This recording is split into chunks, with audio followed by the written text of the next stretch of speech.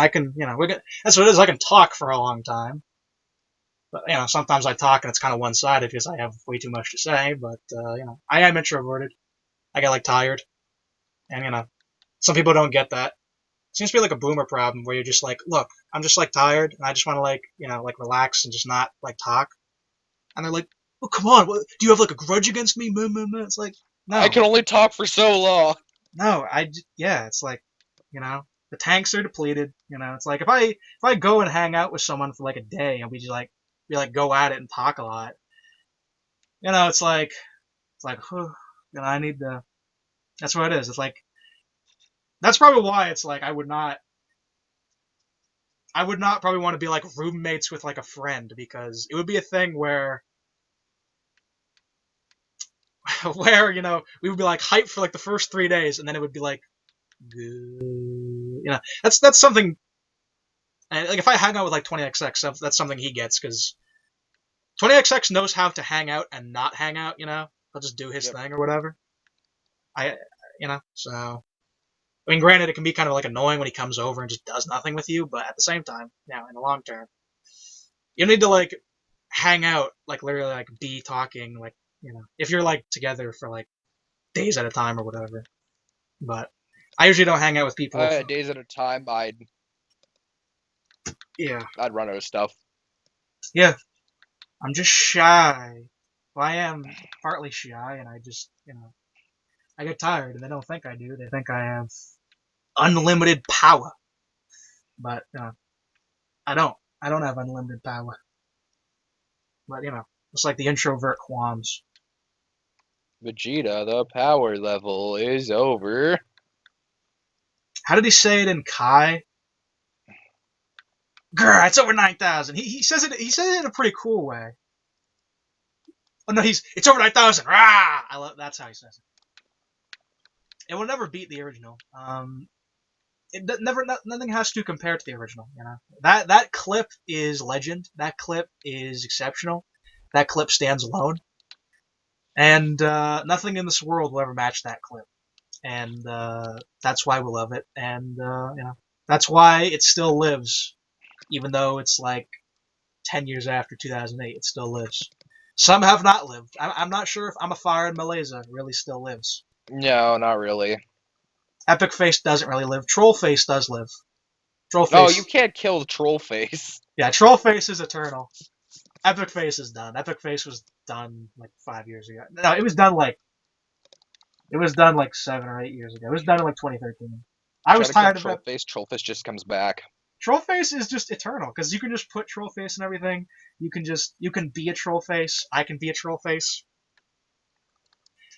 and well, that's either my Troll Face or it's my Shyamalan Face. We called it. It's like that one episode of freaking SpongeBob. I'm Squidward. You're Squidward. We're all Squidward. SpongeBob is, well, I mean, granted, like the internet has all those memes, but like if we're talking about like a show individually, SpongeBob is probably one of the most quotable things like ever. Like the first 3 seasons of SpongeBob. It really is, though. I am not. I never was like that big of a SpongeBob guy when I was growing up. Really, like I've seen it obviously, but I'm not someone who can really quote SpongeBob memes that much.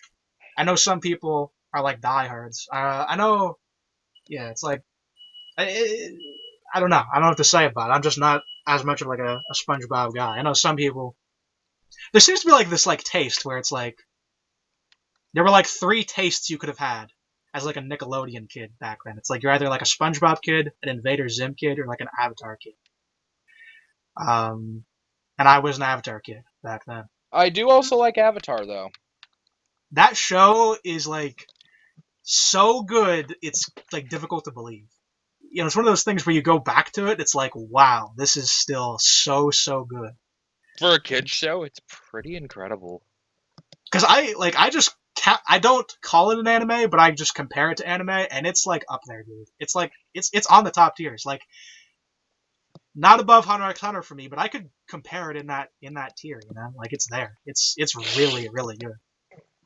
It's really surprisingly good for a kid's show.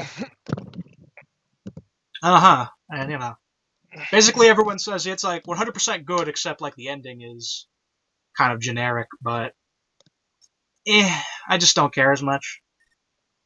I didn't mind it the whole because the only problem is the show had this like moral quandary, which is like should Aang kill the Fire Lord or should he not? And he Come, doesn't. Zuko. If Zuko killed the Fire Lord, that would have been metal. But Aang does not kill the Fire Lord. He takes away his powers, so it doesn't fulfill the moral lesson the show could have provided. And I mean, when like Goku beat Frieza, did that really answer any moral lesson about whatever, or was it just like a good like fight?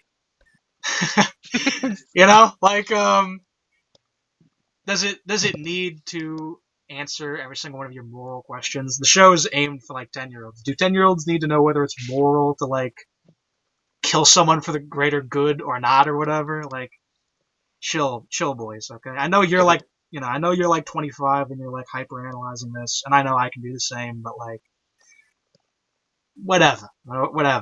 You could And just thus, and oh, thus the flame war begins. But yep. Yeah. man, I probably would say that, and some people would be like, "You critique the Fourth Greninja War, but you say like the Last Airbender not having a moral conclusion is like okay, you're low IQ. How dare you? Whatever." The show is like so good and everything else. How can I just just enjoy it? Can I just enjoy it? I enjoy the last Naruto and Sasuke fight in Naruto for the same reason. Their characters are totally trashed at that point, Yep. but at least Uncle, I will catch the Avatar. yeah, like no, we love the Zuko. Zuko. No, you love the Avatar memes, but like that series is memeable. It is funny. It is funny, and it does hit home. That's what it is. Like that show can actually hit home on a deeper level than other series for me in certain aspects. Like when Aang did the whole thing where he like accidentally like fire bended, whatever. And he like burned Katara's hands. That like hurt, man. That hurt, man. That hurt, man. And then there was the whole like Toph tries to like save Appa, but she can't. And then Aang's like, "Where's Appa?" And then Toph says, "Don't know." And then he like cries. It's like, impact. The weight, man. Man. And Man. then they made a movie, and it was terrible. You know, at this point,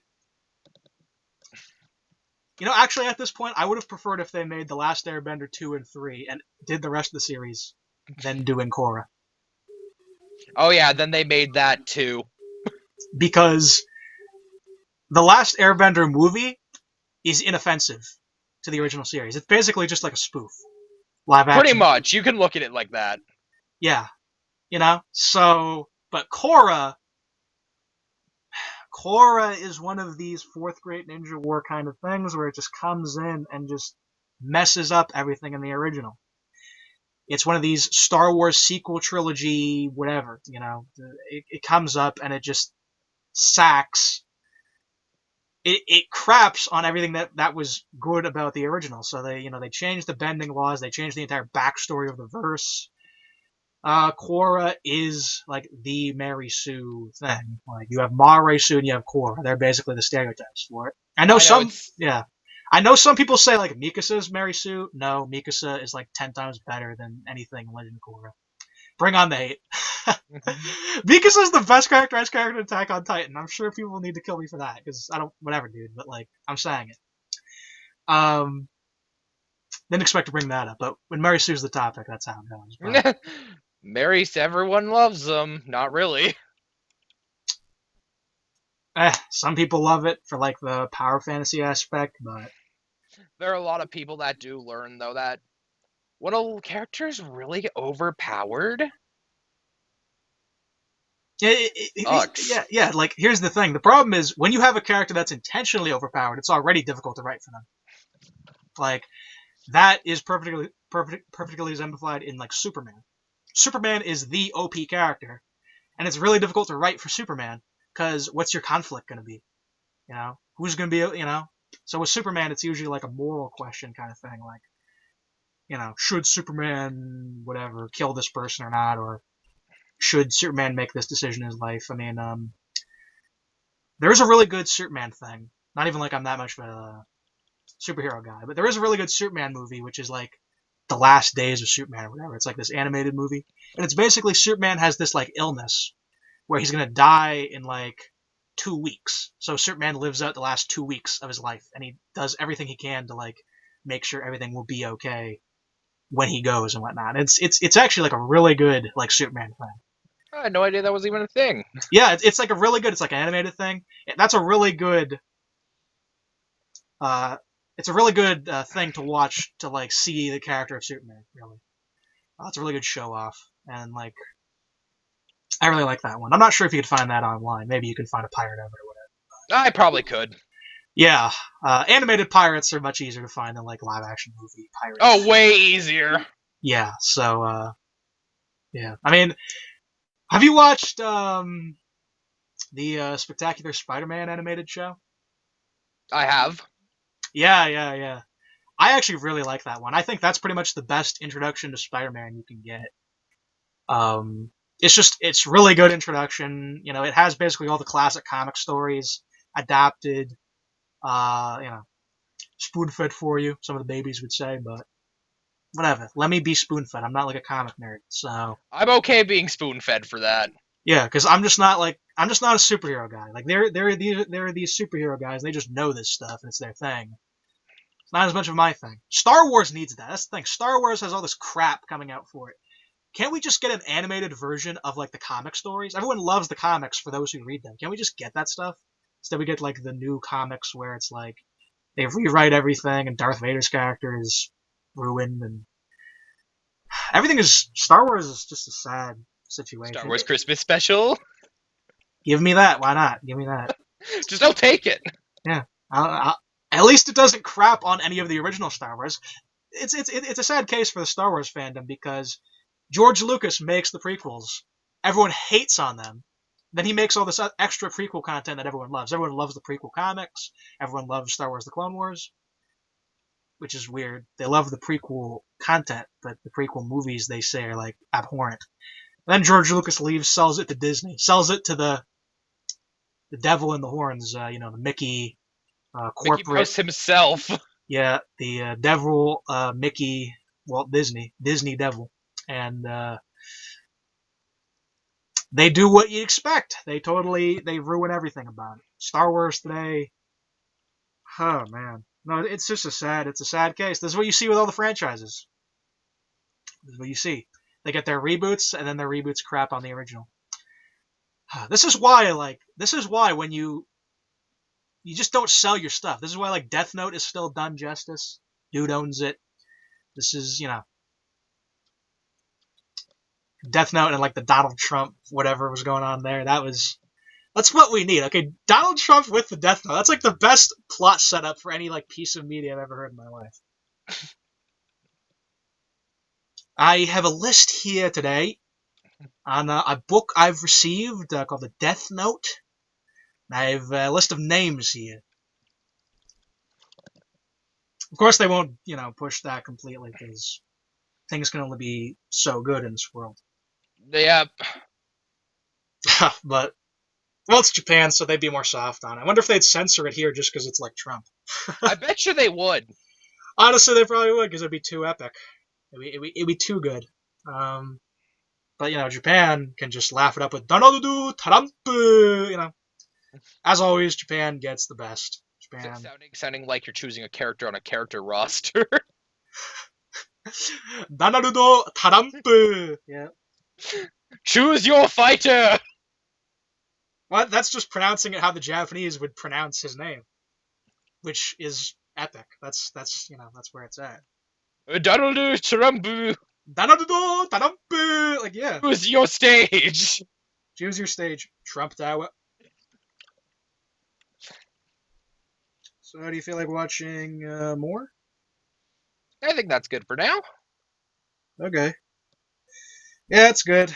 Well, I guess I'll upload 6 as what it is. So The done goof.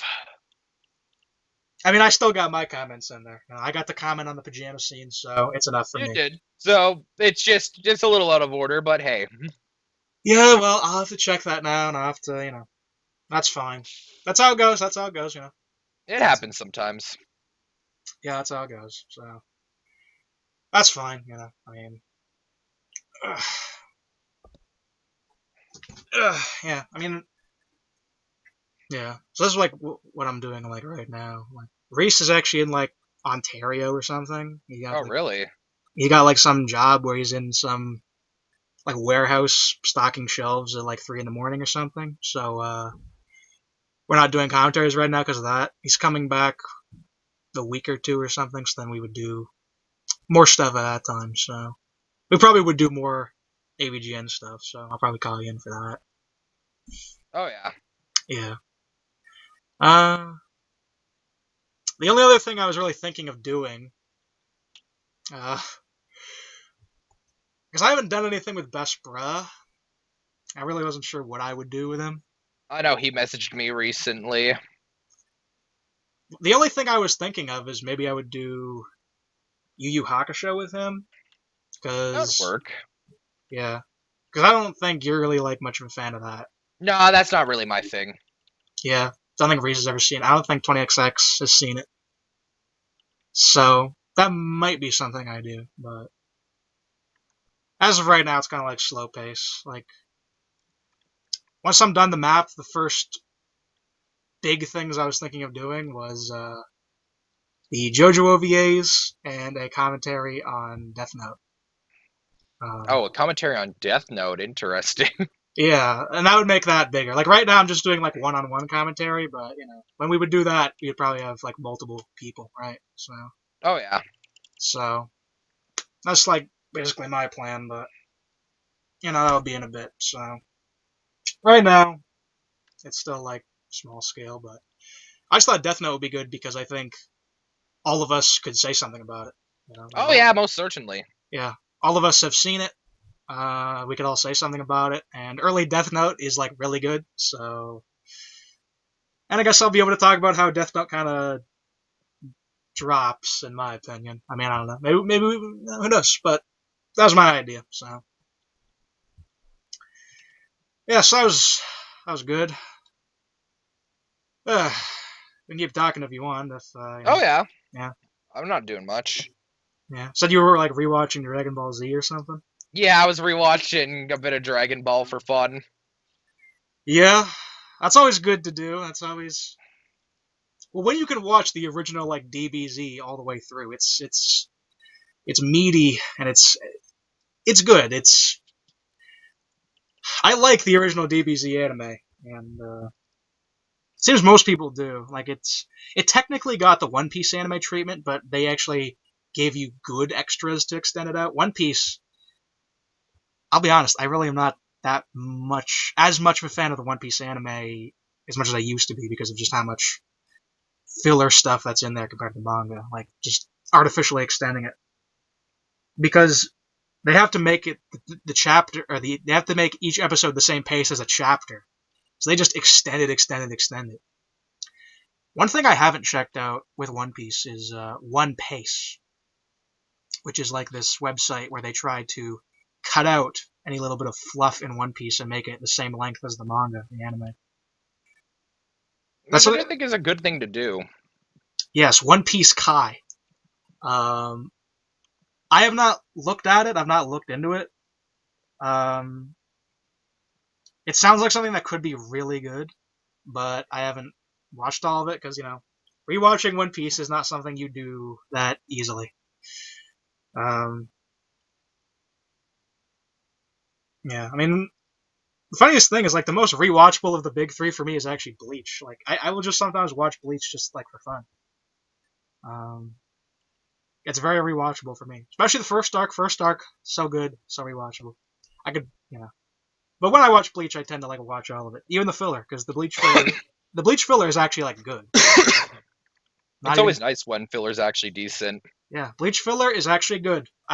Some of the Bleach filler villains and some of the Bleach filler, like it actually has some of the best content in that series, which is surprising, but That's actually the saddest. This is so funny. The funniest thing about Bleach coming back. What I said the saddest thing about Bleach coming back, and everyone thought I was crazy when I said this. I said the saddest thing about Bleach coming back is that it's just going to come back and just do the manga, which is great, but we're not going to get like an extra filler arc with like final arc Ichigo and whatnot. And that could have been great. That could have been like good to see like extra stuff from that because Kubo kind of trolled as we know from King of Lightning back in the day. Kubo officially got the troll face by King of Lightning. Not Kishi, which I mean I think Kishi's the worst troll, but that's just me. That's just me. So When Kishi trolls, he does do it good. it's not even that like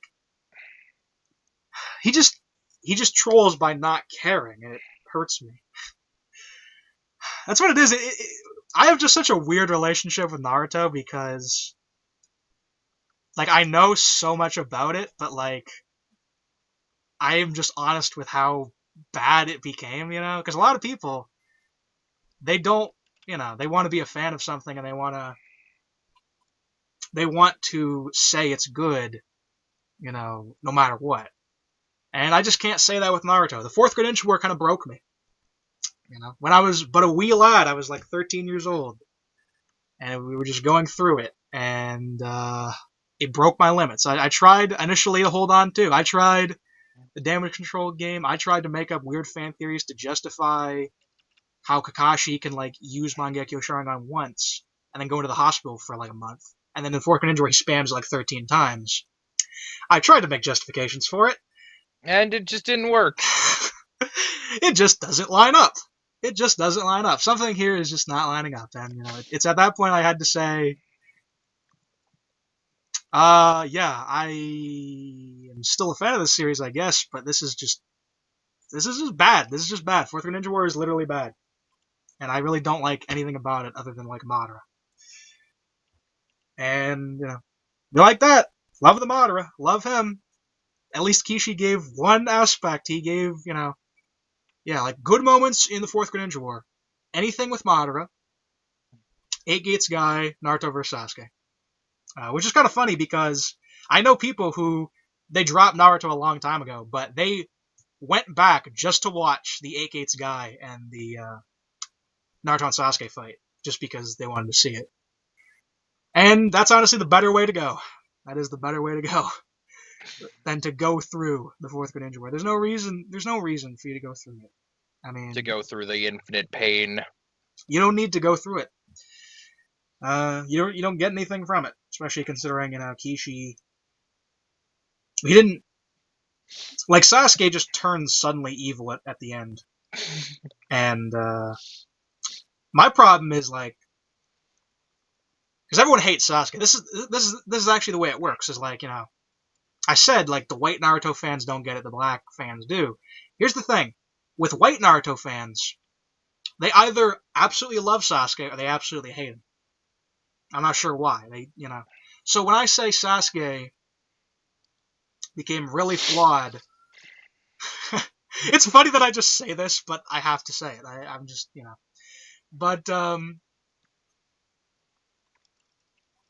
I will say like Sasuke turned evil way too quickly, and then they'll be like, "Well, like what about when you were like 15, dude? Like you probably like changed opinions quickly." And it's like, yeah, I kind of did like change opinions, but it didn't happen over like 4 days. It happened over like a couple of months at least. You know, a year ish. You know, that's how you know if you want to like totally change someone's worldview in a story, don't make it 4 days or like Fourth Ninja War is literally it's like 3 days long. And Sasuke at the beginning goes from like I'm gonna like wipe out the entire Leaf Village and I'm gonna like kill all the elders and whatnot. Because that sounds like a good thing to do. And I'm like, okay, edge mode. He's like pure evil. You know, he's like Darth Sidious mode. All right, cool. I'm good. He's totally evil. Fine. Because it's at least funny. Because I love the scene where Sasuke like laughs at like Kakashi. I love how Kishi did that. He's like, I was laughing along with him. But no, then Sasuke comes back and he's like, I'm gonna become Hokage. Yeah. Why? I don't know. Sounds like something to do. Kishi. How long has this time gap been? It's literally within the same night. It's literally within the same night. Sasuke comes up, fights with Itachi, and then he like goes to like where Naruto is, and then he's like, I'm gonna be Hokage. So what is this? A period of like 5 hours? Goes from I'm gonna wipe out Konoha to I'm gonna save Konoha and be Hokage. Yeah, I really? like this idea. Yeah, really. And then at the end of it, he's like, well, I'm gonna become the true Hokage because I'm gonna like become dictator of the world, which is better. He should have just been that from the beginning. Why couldn't he just say I'll be dictator of the world, and that's what Hokage really is. Now Kishi had to like go wishy-washy with it. And the reason is because Kishi didn't even know what he was doing. Because Kishi wanted to make Sasuke super evil, which would make the last fight with him and Naruto have the most impact. Because Kishi was still thinking about telling an actual story back then. Because you had the whole thing where Naruto had this thing with Nagato and Pain where he's like, I'll overcome all the hatred. Believe me, believe it. I'll show you. I'll overcome all the hatred that Jiraiya couldn't and you couldn't. Put your faith in me, whatever. And if Sasuke was like totally maniacal evil, then that would make sense, right? Yep. But then Sasuke is like, no, I'm actually gonna be Hokage. And then Kishi's like, oh well, I guess I have to have Naruto and Sasuke fight, so I guess I have to have Sasuke turn evil again suddenly. And then they fight, and then it's a good fight. But I remember actually, I saw one review, and he summed it up perfectly when he talked about. He said, throughout this entire arc, I was only caring about watching the final fight between Naruto and Sasuke. Everything else that was going on was irrelevant, and I don't like it. I hate Obito, whatever. And I'm like, good job, buddy. We hate Obito too. Then he's like, yeah, so the final fight between Naruto and Sasuke is 4 chapters long. And the reason it's 4 chapters long is because Naruto had to hand on chapter 700. So all this trolling with Obito running around and Kage coming in, all this irrelevant crap that destroyed the series. All of that took away time that could have been spent on the last fight between Naruto and Sasuke. So that's the last little troll Kishi, I guess, to give you, is the fight is shorter than it should be, because the original fight was like 10 chapters in the manga, something like that. So, the final fight that we got built up to is good, but could have been better, should have been longer. Should have happened earlier, honestly. But I would have preferred, honestly, if Sasuke were like totally, because what I thought initially was going to happen, the way I thought it was going to end, is like Sasuke. What happened is Sasuke would be like, I'm the last Uchiha. All of you are responsible for wiping out the Uchiha, so I'm going to take revenge on all of you, and I'm going to like become dictator of the world and like enslave all of you, and like murder you all, or whatever. And if and what I've said is, I think Naruto and Sasuke should have died in that fight. And if that happened, the good thing about it is it would allow you, as the reader, to ask yourself, should Naruto have still believed in Sasuke if he was that evil? But instead, like, should Naruto have killed Sasuke? Should he not have? That kind of thing. But instead, Kishi doesn't really give you anything that deep. Instead, it's just this thing where Sasuke's like, I'm alone. I have no one. I will be the wanderer in the darkness, or whatever. Blah blah blah. Edge. Yeah, and then the problem is he isn't alone, though, because he has, like, his team and, like, Orochimaru and all this stupid... Orochimaru never should have been brought back. Or Orochimaru either should have been brought back and been the final villain, or he never should have been brought back. I was talking with this about, like, Best Bra, like, a couple of days ago. And you know what the rumors for Boruto originally were going to be? What? Originally, the rumors were that the villain would have been Orochimaru, and he would have stolen adult Sasuke's body, and it would have been like Orochimaru with like god powers versus like adult Naruto. And I'm like, why could that not have been what Boruto was? Like, that sounds awesome. Hokage Naruto, like veteran Naruto, like fights like Orochimaru, who's like god tier. That would have been so good. Because Orochimaru has been sidelined for way too long. And Orochimaru deserves the hype, because he's been around forever. But, no. Orochimaru in Boruto, he's literally He's like a side character. He just sits there and he's like a good guy, and he does nothing, and it hurts because that's what Boruto could have been apparently, but no. Now you see, here's the thing with Boruto is the very beginning of Boruto they wrote themselves into a corner because the very beginning of Boruto is like the Leaf Village is destroyed. And you have like adult Boruto, and he's fighting this guy like Kawaki, and they have these stupid like markings on their face or whatever. And it's like, yeah, the Leaf Village is destroyed and Naruto's dead, and and it's like the problem is now that you made that the intro, everything has to like equal that. Everything has to go to that direction. So you can't have Orochimaru as the villain. You can't have anything mixed up. Now it's like this. It's a Berserk Black Swordsman situation. Although Berserk is like masterful and that's garbage tier. Because Berserk you get the like foreshadowing of like what happens in like the Black Swordsman arc, but it's fine. It's fine in Berserk. In Boruto, they've wrote themselves into a corner, and it's whatever. I mean, people are like, "Well, dem fights quality." And I'm like, you know. Give him foots. Whoosh. There was that one good fight that was like kind of old school with like adult Naruto and Sasuke versus like that one dude. Man, how lame the Boruto villains are. Just reinforce how much Orochimaru should have been the villain because all these Boruto villains are so lame, and I don't remember any of them. They are horrible. That's pretty bad when it's like, oh, which one's memorable? Yeah. Even when they have like a good fight, they have like a legit like good fight. The enemy they're fighting is Monster of the Week. Lame. It is sad. It is sad. I mean, this is how it goes. I mean, honestly, I don't think Naruto should have had a whole epilogue with the whole adult Naruto thing. I don't think that even needed to happen. Because I will say, actually, the last chapter of Naruto before the epilogue, like chapter 699, where Naruto gives Sasuke back his headband and whatnot, and they have that statement about like this is what it means to be a shinobi. You have to endure and whatnot. Like I was fine with that because that's actually referencing like Naruto back to the original stuff back when Kishimoto knew what theming was.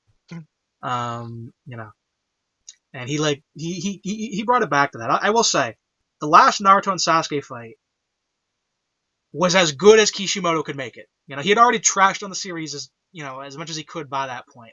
So he actually put effort into it and he made it as good as he could. And the ending where it's like it gives you that message about how the shinobi must endure and this is like what the path of a shinobi is.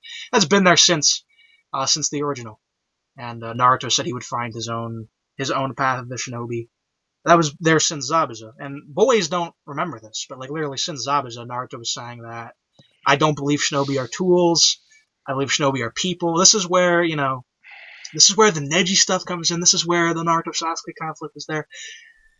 What a good series that was just totally trashed on, man. Man. Oh, man. It's sad, man. It's sad, man. It hurts. It hurts because, it hurts how honest I have to be about it. It probably would be easier if I could just live in Dreamland and be like, Neji was wrong and be like these people. Neji was right. Neji was too right. He's so right that you can't escape. You can't escape. You cannot fight your destiny. You can't. You can't. Because Naruto succeeds because he was prophesized to. I mean, literally. Literally, he was prophesized to since like the beginning of time in the series. He's the reincarnation of God's son, so he's like Jesus too, literally. Which is upsetting because I actually do think the moral of fighting fate is actually a decent moral. Yes, because here's the thing. This shows you how blind Kishimoto became to it.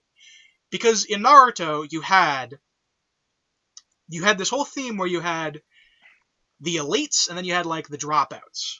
So like Naruto was like a dropout. Rock Lee is like a dropout.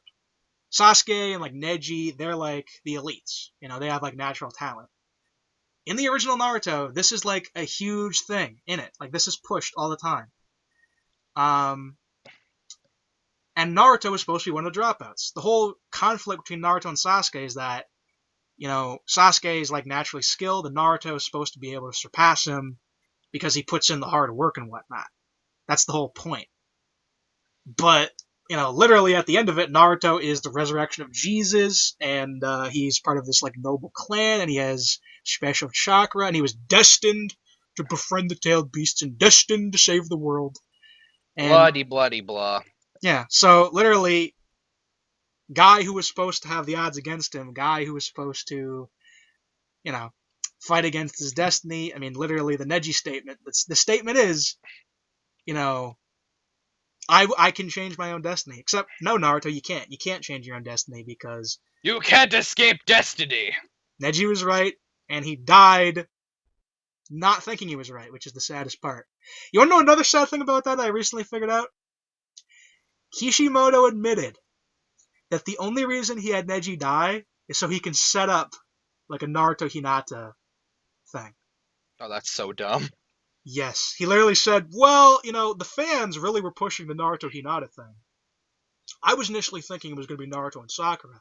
This is funny, I'll get on this in a second, but the fans really wanted Naruto with Hinata, so I just decided to kill off Neji, because it would be a thing to have Naruto and Hinata bond over Neji's death. Well, that Bond over his death! yeah, but the funny thing about it is, like, Kishimoto's wife actually responded to him about this. This was funny, because Kishimoto actually said earlier he based Sakura off of his wife. And then his wife responded to him saying, wait a second, if Sakura is based on me, then why does Naruto not get with me, or get with Sakura or whatever? Which is really funny. Kishimoto had to, like, go and, like, there was this thing where Kishimoto had to, like, have this, like, spat with his wife because his wife apparently wanted Sakura to be with Naruto, and he thought that because she was based on Sakura, like, Kishi would make them get together. But apparently Kishi just made Naruto get with Hinata because of the fans. Which doesn't surprise me, because for some reason, I don't know when it happened or why it happened, the internet is in love with Hinata Hyuga to a creepy degree. It is The like creepiest of degrees. it is Mei Haruka situation. It is like Asuka situation. I don't get it. The internet just has to come in and creep everyone out. I don't get it, because people are like, whatever. It's like, I don't know. Whatever. The only thing I hear is like, well, like, Hinata has like big tits, bro. Sakura has like small tits, bro. Don't you get it? I guess I don't get it. I mean, wouldn't that mean Tsunade is like number one of number one in that case? I mean, shouldn't that? I don't know. I don't get it. I thought Hinata was just an okay character. She should have died to pain. That would have made her character far more impactful. Kakashi should have died to pain as well. Kakashi would have been saved as a character if he died to pain. Choji should have died. Neji should have died in their fights earlier in the original. Would have gave the story much more impact if that were the case. Instead, Neji gets to die the troll way. He doesn't get to die an honorable way. Would.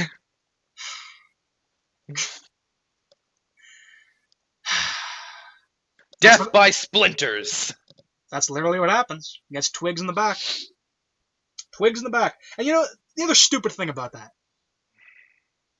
there's literally a scene beforehand where Hinata is being attacked by like a Ten-Tails arm. So the Ten-Tails is like the god of like the Naruto verse. Hinata like shoots it back with like a air palm thing or whatever. So a hand, like a mega hand from like the Ten-Tails can be reflected by Hinata. But twigs cannot be like rotationed by Neji. Twigs are beyond.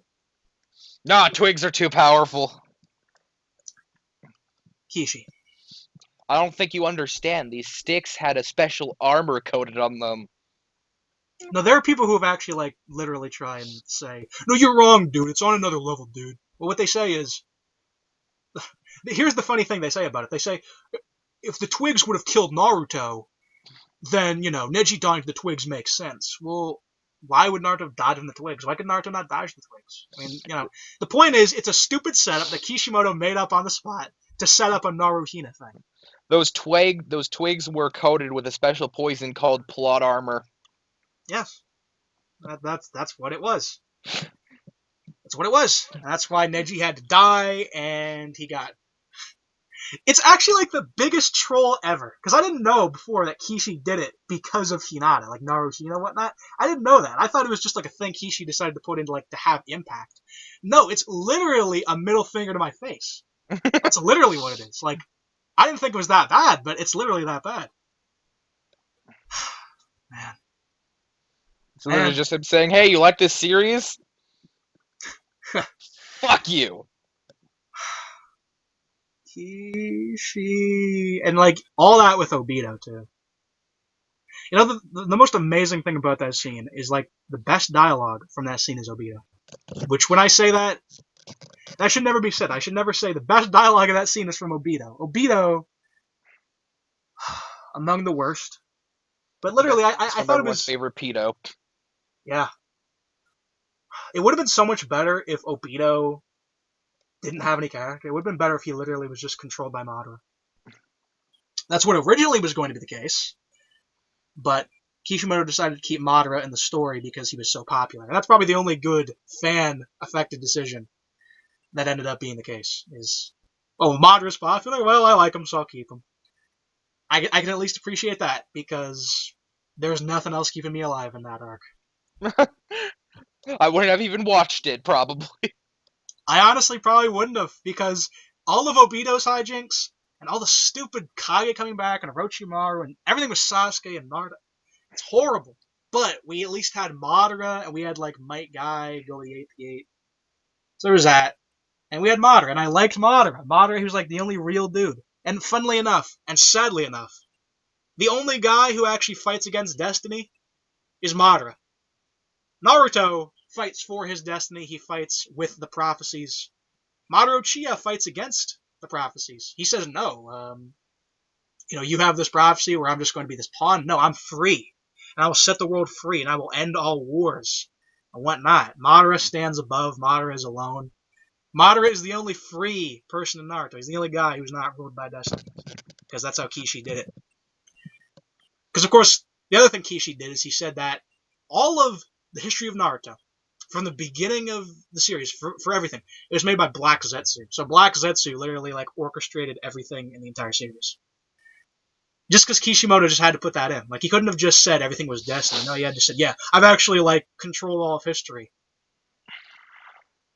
What is this? Is this... That's literally 6-year-old kind of story standards. It's yeah, well, you know what? I actually controlled everything that happened, every event ever. Why'd you do that, Kishi?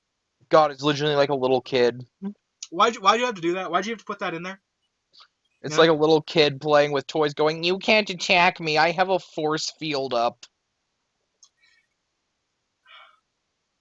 And he trolls Madara, too. Madara, he was on Cloud 9. He was all powered up. He's like, I don't even shoot. Well, he literally did the Frieza.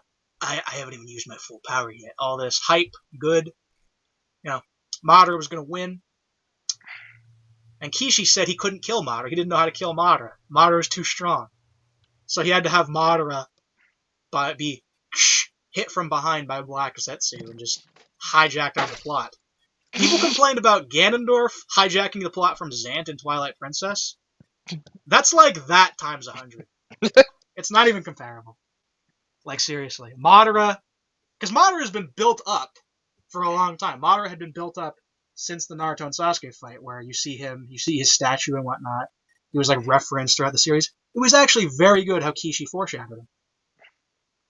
And after all that foreshadowing, you get the Obito reveal, troll number 1, and then Madara comes in. He's good, he's hype, epic final villain, and then hit in the back to be taken out by Kaguya, who has no character. Literally, no, more plot poison.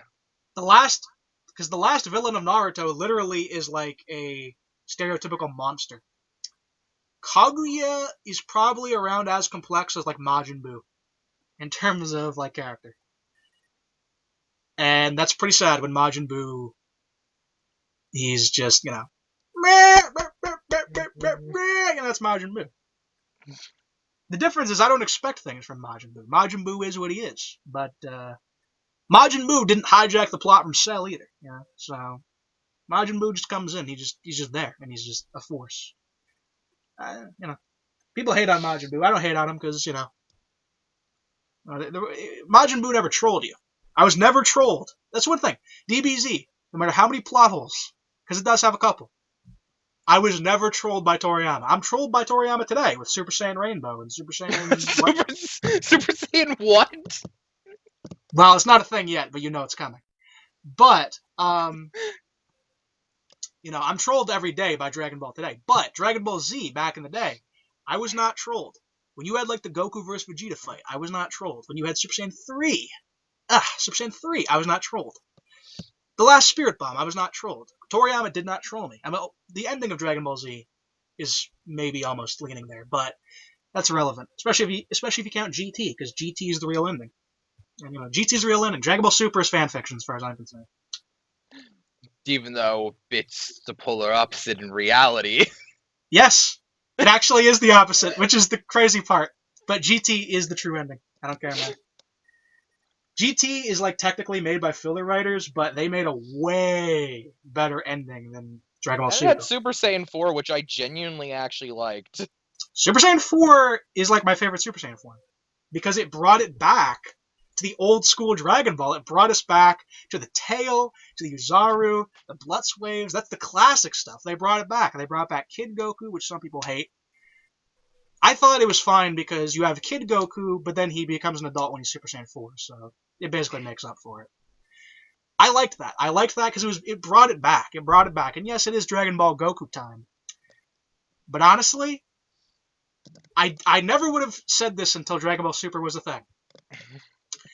Goku time is better than how they use the characters in Dragon Ball Super because at least GT realized that most of the characters by that point were not strong enough to really be a serious threat. So they just kept it realistic.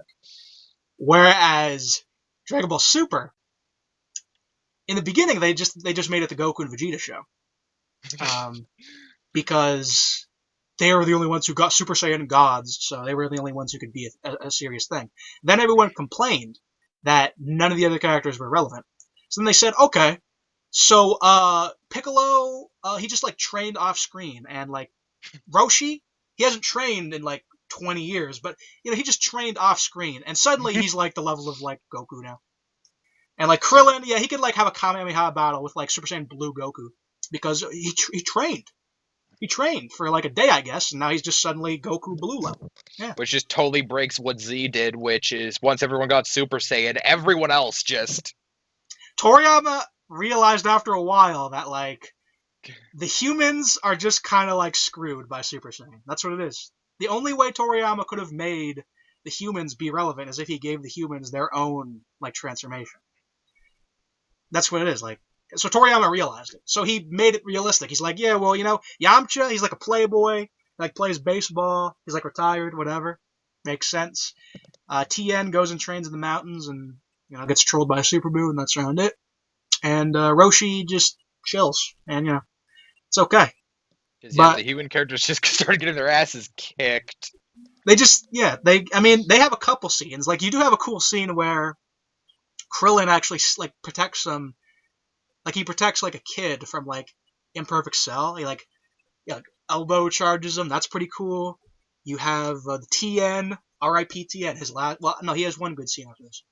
The Tri-Beam against Semi-Perfect Cell. I loved that. I'm a Tien fan. My favorite fight in Dragon Ball ever is Kid Goku versus Tien. Their first fight. That's my favorite fight. So I'm a Tien fan, at least back in the day. And I loved that scene against Semi-Perfect Cell, because Toriyama realized he was pretty much out of options, but he said, hey, we'll hold him off. And I love that one.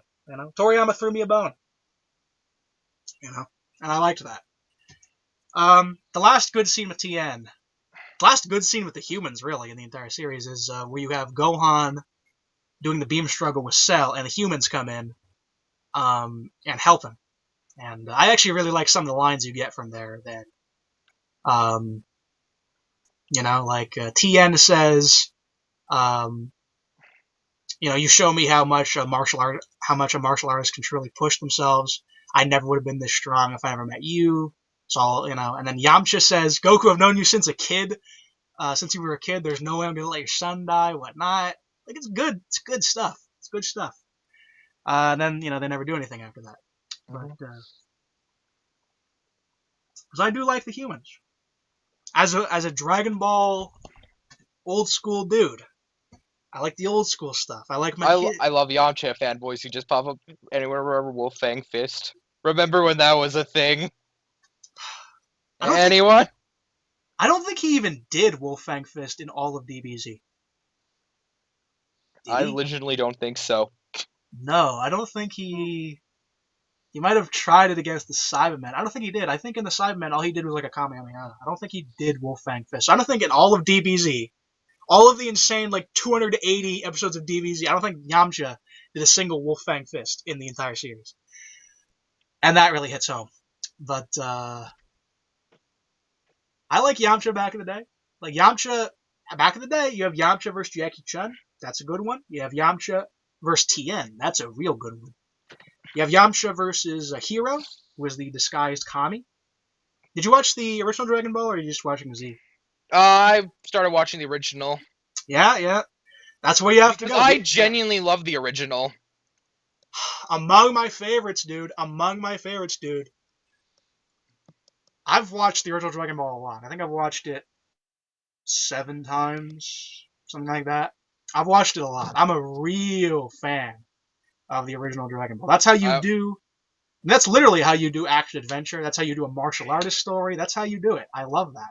also get to witness characters like Krillin and Yamcha just not constantly getting Yeah, I mean, dicked. Krillin back then. You have Krillin versus Chaozu. You have Krillin versus Goku. That is real. I love that. Love that so much. Um, I love Krillin.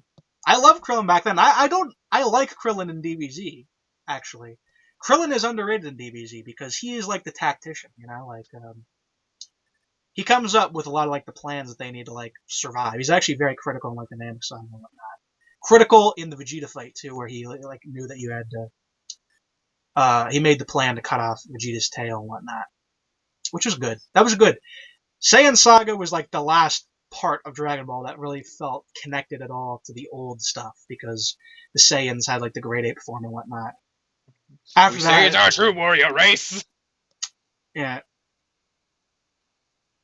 because after that, it really starts to feel disconnected from the old school Dragon Ball. And Super Saiyan is the last nail in the coffin for that. You know, once you have Super Saiyan, it's a whole new thing, really, which I'm fine with.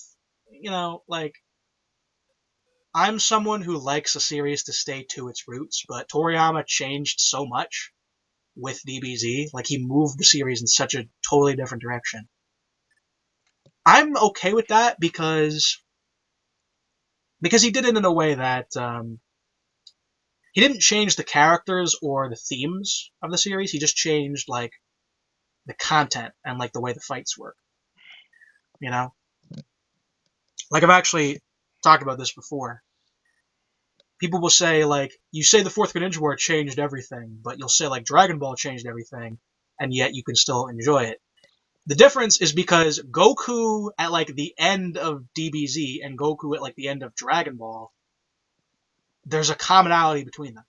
You know, like um, Goku has this whole development um, where he develops his like his mentality, which is the whole I will, you know, there's never no one's ever stronger than you. You always have to train. You always have to push yourself to your limit. That's been an idea of Goku since he was a kid. That's been like a long-standing thing, and it's developed throughout the series. You know, it's like reinforced by all the by Goku's experience and whatnot, by him being like a veteran.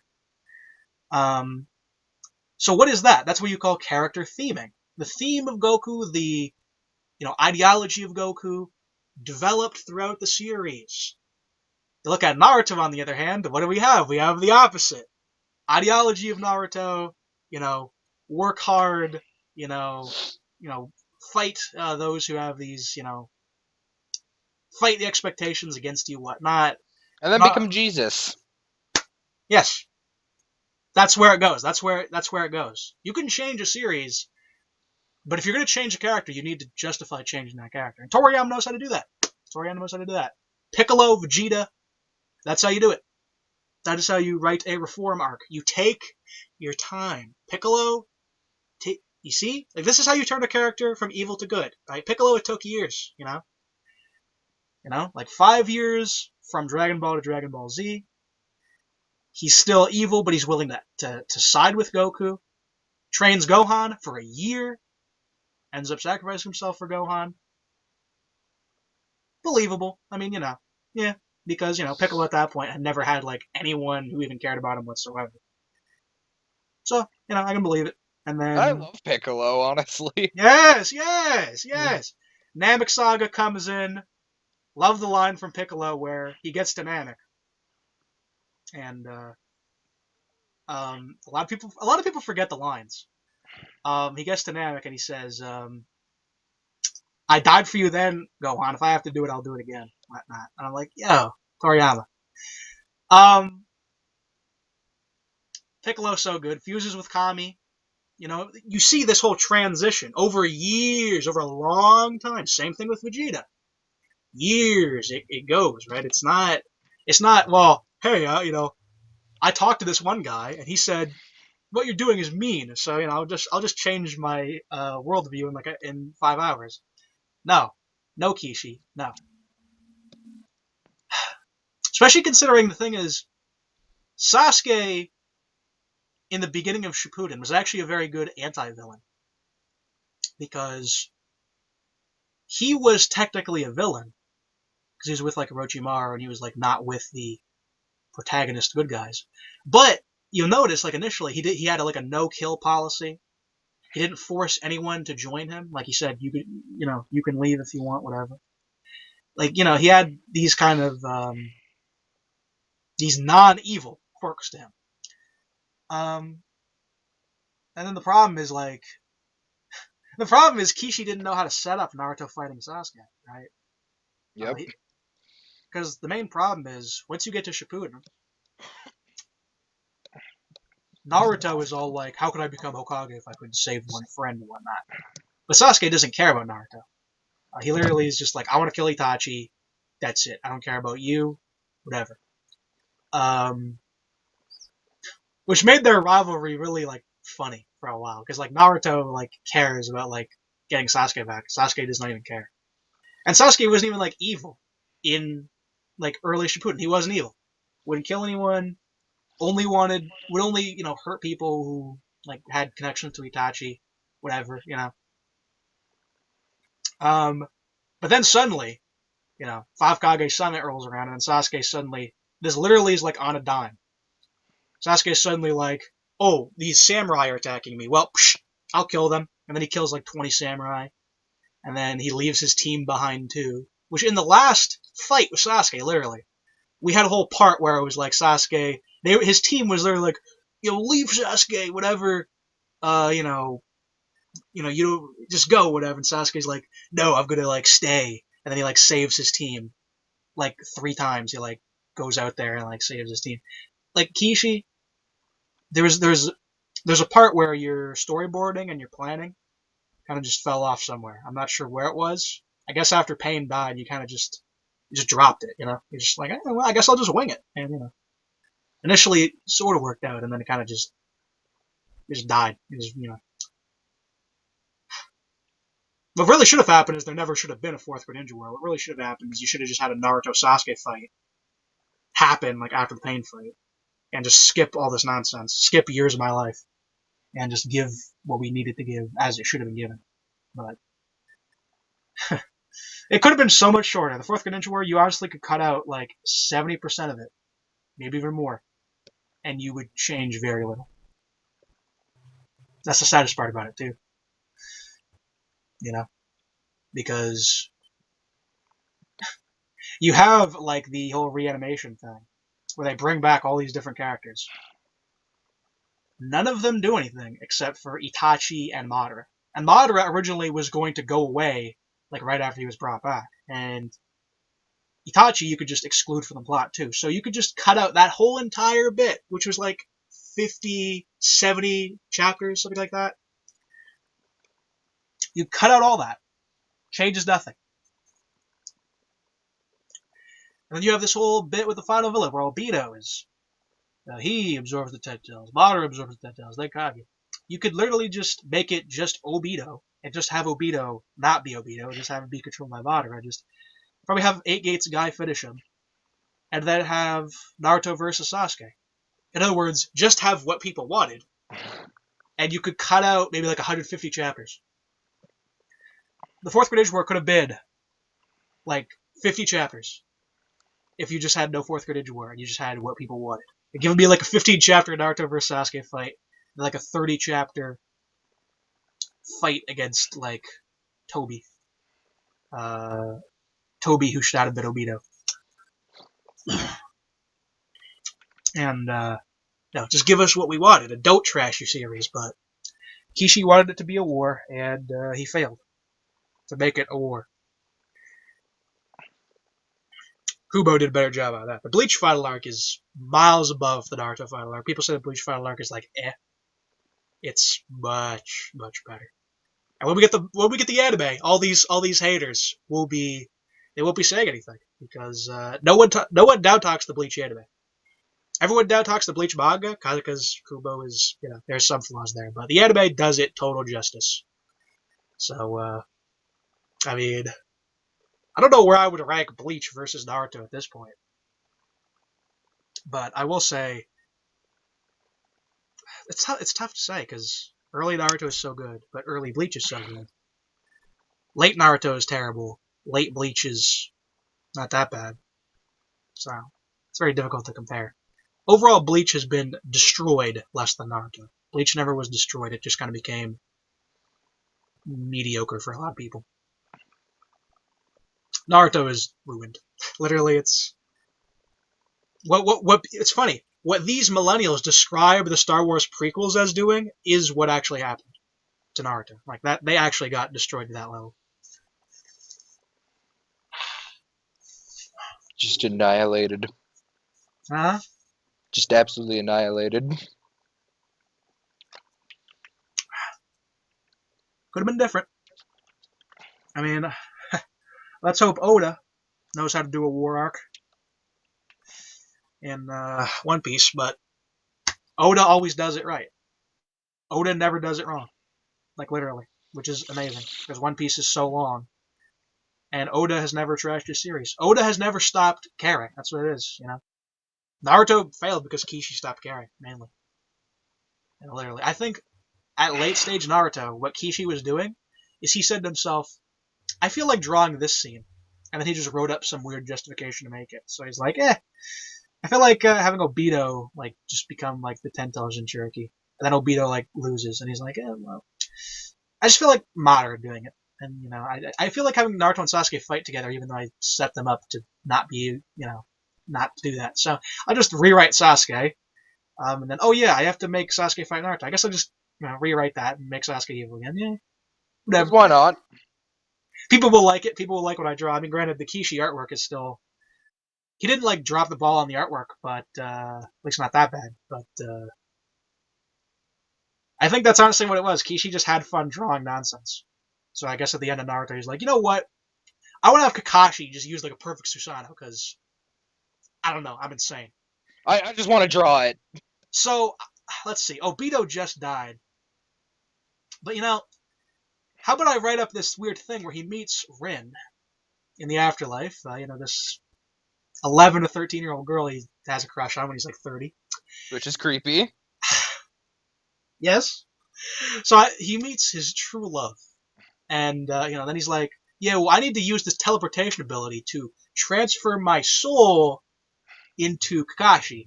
Because I can apparently do this. Yeah, so it's something I picked up. Yeah, so here you go, Kakashi. Here's my soul. And now you suddenly have 2 Sharingans. Because, Kishi established before that Sharingans comes from this, like, specific chakra in the brain.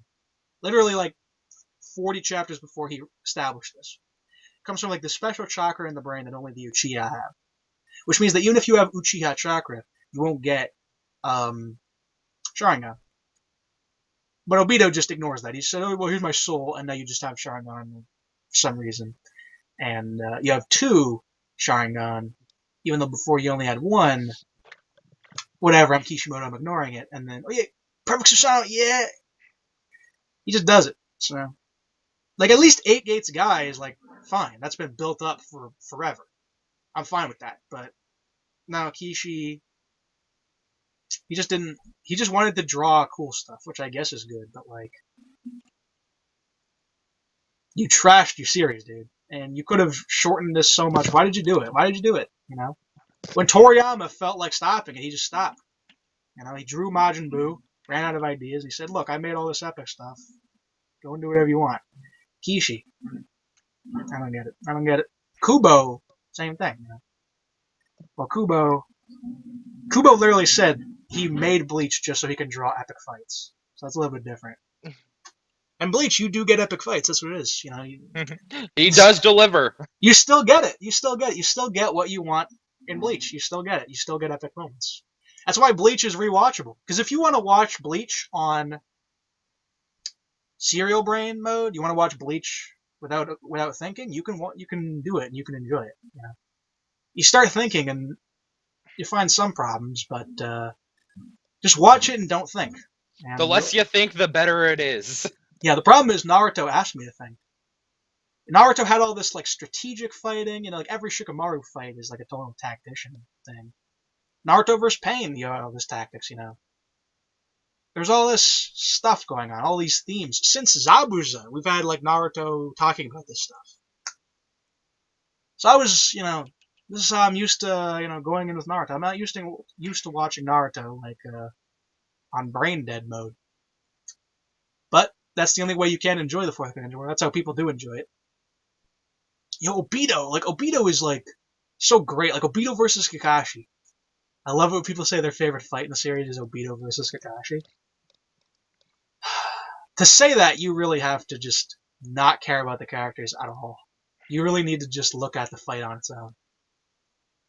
But there are people who love Obito. People are like, leave Obito alone, dude. Leave him alone. He's so good. I love that pedophile. He's my favorite. Look, he's not a pedophile, dude. Look, you're overplaying it. Am I? Am I overplaying it? Yeah, I mean, I guess what pedophile is like under 10 or something. Like you're like how far from are you? The dude's a pedo. Just stop. He is. Kishi definitely wasn't trying to hide it, and the dude's a the dude's a pedo. Like this is so stupid. It is. The dude's a pedo. This is your final villain. Engage the pedo bear song. Yes. Like we're joking about it, but it's true. That's the thing about it. It's not even like it's not joking. Like that's what it is. And then you'll say, well, this is the funny thing, because people back in the day, this is such a good video. The best video for summing up like Obito is like King of Lightning, chapter 629, I think. Horrifyingly sad. That's the video. Horrifyingly sad. That is where like the pedo bear, like that's where it was established. Like that's where like that's where the argument was put to an end on Obito. The people forget. The people forget, and I hear this again from you know who. You know who's saying it. Yep. Because my brothers in the Naruto community, they aren't saying it. They know. They know where it's at. It's weird that I end up saying this. It just is what it is. It just is what it is. It is what it is. My brothers in the community, we're on the same page. We get it, okay? The wrath of pedo bear. That's what it is. The problem is like your final villain is a pedo, and then he gets taken out, and then Madara comes in, and we're like, good, Madara, good. And Finally, Madara, not a pedo. yeah, Madara was stopping the competition, and we were loving it. We were loving it for a while. Dude kills Naruto and Sasuke. That's like the best scene of the fourth grade Ninja War, because Naruto and Sasuke have been so horrible in that arc, and Madara kills both of them. Oh, the QB, yeah, ripped out of you. And then Sasuke comes in. Oh, stop you in midair. Take your sword. Done, boy. Sit down. Fuck you. Thank you, Kishi. You knew, I think Kishi, he knew some of what he was doing, Like when Sasuke at the very end of Naruto was doing the same kind of thing, where like Sasuke turns evil, which I don't like how he suddenly goes. But when Sasuke is evil like that, I think Kishi is like expressing his opinions on everything through Sasuke, which would make sense because Sasuke is apparently his favorite character. So like you have like Sakura who's like, I still love you. Why won't you love me? And then Sasuke's like, I have no idea why you would ever love me, and I have no obligation to love you. Genjutsu, like Chidori's, and then she like passes out. I love that. Like literally, it's like, and then Kakashi's like, she was willing to die for you. Why would you do this? And then Sasuke's like, why? Why was she willing to die for me? You know? I don't get it. Yeah. It's like, why? Like, what? I don't know anything. Whatever. Like, I have no feelings for her. I don't get it. And then, Kakashi is really funny because Kakashi's been like spamming all these techniques throughout the entire war with no explanation. And then Kakashi tries to get up and he's like, I'm tired. And I'm like, yeah, you're tired. No Obito nonsense to come in this time. The pedo is not with you this time, No, fucker. Kakashi channeled the pedo. That's how he was able to just summon ass pull powers. It's painful. And then, Naruto, Sasuke have their little debate, which is not that compelling because, Naruto is, like, again, you had this whole setup. Like, Pain literally set up Naruto and Sasuke fighting perfectly because it was like, you need to overcome all the hatred. Sasuke kept getting power by embracing the hatred, But then Kishi forgot. So when they fight, Kishi forgot what he was actually setting up. So he just makes it like Sasuke's like, I'm alone, leave me alone. And Naruto's like, I won't leave you alone. And that's their conflict. Could have been so much more compelling if Kishi remembered the story he was telling, but I'm very sad. I am sad. Because it's sad, man. Because this is what happens when you have just a good series and it just gets kind of like trashed like this. It's really sad when you see it because, oh man, usually you don't see series fall down that much, but we're seeing more of it now. Star Wars, R.I.P. Superhero movies in general, R.I.P. Kinda. I mean, I'm not like a superhero guy, but Neither am I. yeah, I'm like a superhero animated guy, but like the live action stuff, not really. Yeah, I like animated superhero stuff, and like some, I don't really read comics, but I could like them if I did. But the animated stuff, no. I mean, granted, all the live action stuff that comes out of our country is always not a fan. Not a fan. Sometimes you get legit stuff, like Joker was legit. Loved Joker. 1917 was legit. That was good. I like those because they were just made by like independent dudes. They're not. It's not like the Disney Devil being like, "Hey, we have you met your specific quota of gay wingmen and black sidekicks? We're making sure you have all the requirements fulfilled." It's just like, no, make a movie. That's what 1917 was. It's just like, hey, make a World War I movie. And Okay. yeah, and it's like it's all done in one shot, and it's like a legit classic World War I movie. And it has all the things that you would need. I love that scene. I don't know if you've ever seen it, probably not, but it had a really good scene where you have this one guy who was caught in like a plane crash, and he's like dying. He's not. He's like wounded, so he's like German, and like the British guy tries to help him, and eventually the German pulls out a knife and like stabs him, because that's how it goes. And then the guy shoots him. It's like heavy. It's like legit. It's like it's real. And then his buddy dies because he was trying to help out this German guy. It's like legit. That's what happens. It's like the real world. It's heavy. Yeah. It's heavy, man. And That's what war is. You try to do the right thing, and yeah, you just get screwed. Try to help this guy, and he just kills you. And so it's sad and it's real, and I love it. And Joker was just like, I loved it, especially when the time it came out, because that was like the time of Clown World, when we talked about Clown World. And then Joker happened to come out when we were talking about Clown World, and it just summed it up perfectly. Yeah. I used to think my life was a tragedy, but now I realize it's just a comedy. I empathize, Joker. That is what you have to do. You know, you can't. Yeah, when you see things as bad, sometimes you have to just chill and laugh like Joker. That's what you gotta do.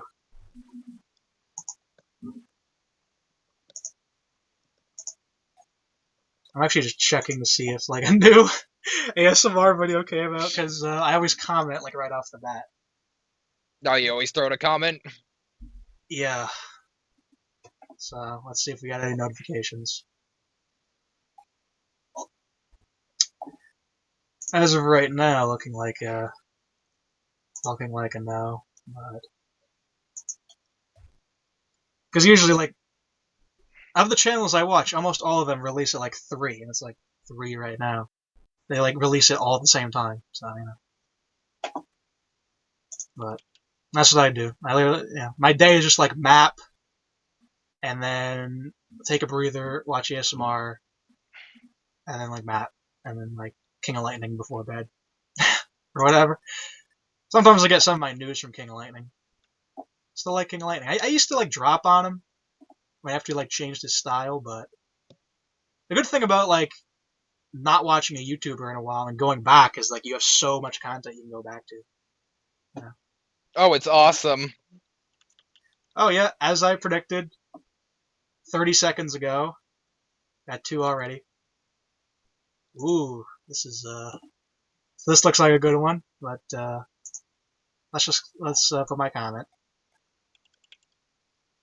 I need to think of a comment. May Neko ASMR, probably my favorite ASMR. Uh,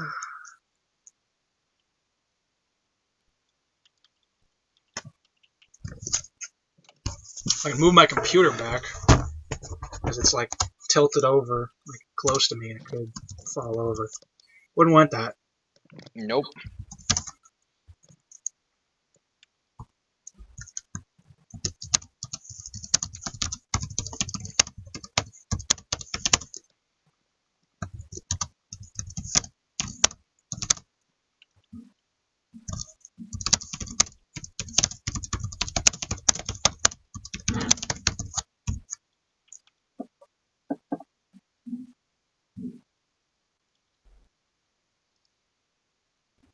Mm-hmm.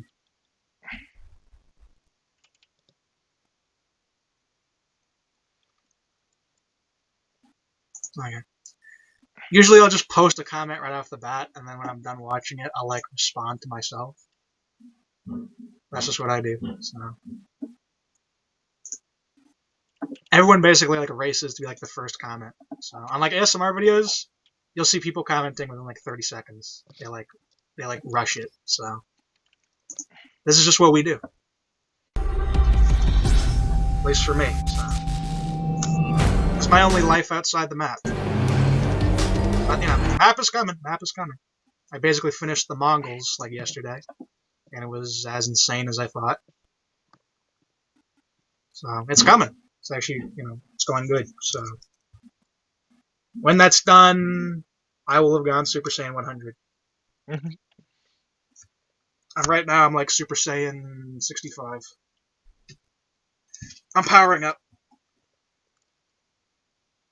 I haven't even released my final form. This isn't even my final form. That's right. It's coming. I'm powered up so far. I'm already very powerful. But I'm going to go further beyond. You're going to love this. This is a Super Saiyan. This is the first folder. It has 2,000 pictures. This is the second folder. It has 4,000 pictures. And this is to go even further beyond. This is the entire map. It has over 10,000 pictures. I'm sorry that one took so much longer than the others. Loading times were bad. This is what I call a map of all of human history.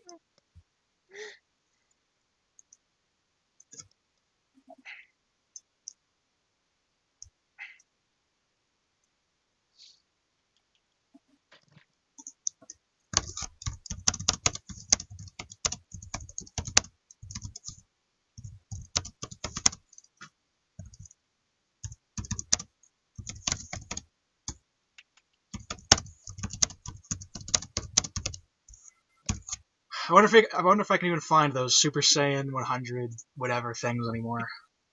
I remember them back in like the Wii days of like 2008, but because you had those insane pictures, right? Like Super Saiyan 1 to 100, and it's like dude with like ridiculous hair. Super Saiyan 1 to 100 1 year ago. 3 weeks ago. Who is uploading this? Where's the 2008? Where's the 2008 stuff? Who's the person uploading this still? Goku goes SSJ 9000. 1 million views 11 years ago? What is this?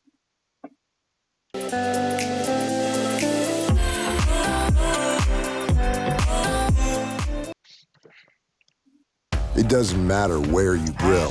Flame and flavor is all you need. Clubhouse La Grill. Okay. This is a Super Saiyan. And this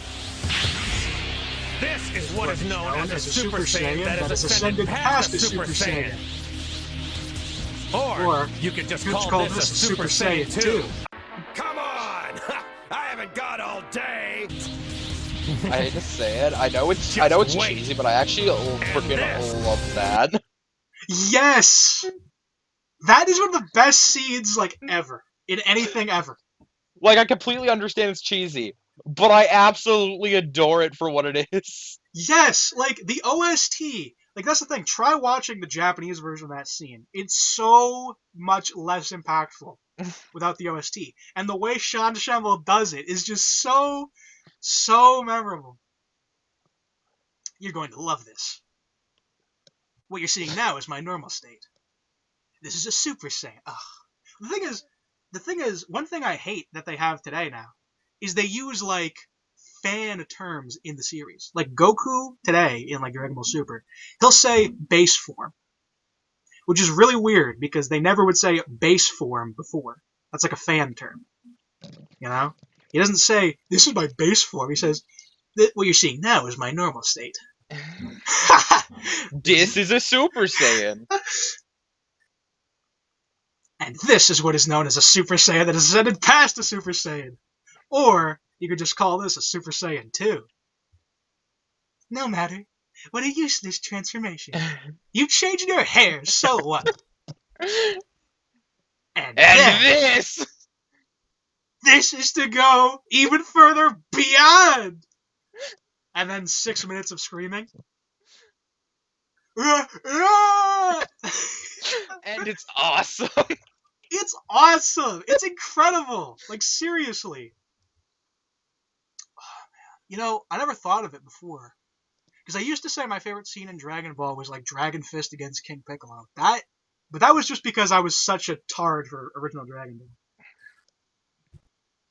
You know? Probably the best scene in the series is either that or the Goku vs. Vegeta beam struggle. Probably those are the two best scenes in the series. Probably the Super Saiyan 3 scene, though. That scene is incredible. Like, literally, that scene, it's memeable. Because you can meme it and be like, yeah, I'm going to go further beyond, yeah. But it's also, like, inspirational. It's also so epic and so cool. No, There's because, actually a lot I like about that arc. yeah, that's the thing. It's like you have people now who comment, and they're all like, the Buu Saga was crap, it, like, ruined Dragon Ball. Come on, it even has Vegeta exploding. Yes, that scene is fantastic. Look, here's the thing. I've said this, actually. It's partly because I consider GT the real ending and not the Buu Saga. If you're looking at the Buu Saga as the ending of the series, I can see more so why you wouldn't like it as much. It does have like a lot of like conclusive moments. Like you have Goku fighting Vegeta, and the epic speech before that. That speech by Vegeta. Spend most of your life ruled by another. See your race dwindle to a handful, and then say what matters more than your own strength. Perfect, perfect. That's like the first scene I watched from like any of Dragon Ball. Was that scene. That's like partly the reason why I watched the series, is that scene right there. And I mean, also, Dragon Ball Z did kind of bless us with, in my opinion, some of the greatest fighting games known to man. Yeah, I mean, like, that's the thing, because, like Budokai 3 is good and has an insane amount of content. And then Tenkaichi 3, insane content. That's probably, like, the largest character roster for any, like, single-player fighting game. Like, ever. Like, can you name a non-online game that has more characters than Budokai Tenkaichi 3? I can't. It's like... I can't either. Yeah, it's like 163 characters or whatnot. That's and crazy. Of course, when you tell a lot of people that, they'll ask the question of, does the game play well? And if it's my answer, Yeah, it plays yes. fine. Yeah, it plays fine. You would think a game like that would actually be very buggy because of how much like crap is in it. No, I've never had bugs with it. Never had bugs with Budokai 3. I don't have bugs with DBZ games much actually. Probably because they're made. Yeah. Man, does it ever feel like fighting in a Dragon Ball Z fight for those games? Yeah, no, it's got the speed. You fly, beam struggles. You know, you got all that feeling. You got the flashiness. You got the sound effects. You got the voice actors. You got all that. You love that feeling. I think they're phenomenal games. Yeah, no, I think because I will say this in terms of video games, anime, by far the best is like Naruto and DBZ. Nothing else really compares to those, honestly. Because I even had a friend who didn't even like Dragon Ball or Dragon Ball Z. But yeah, they played the games and they thought the games were incredible. Yeah. It was similar to me at first, actually, because the first... I mean, again, I said the whole Vegeta speech was like my first introduction to it. But I actually played Budokai 3 before I actually watched the series.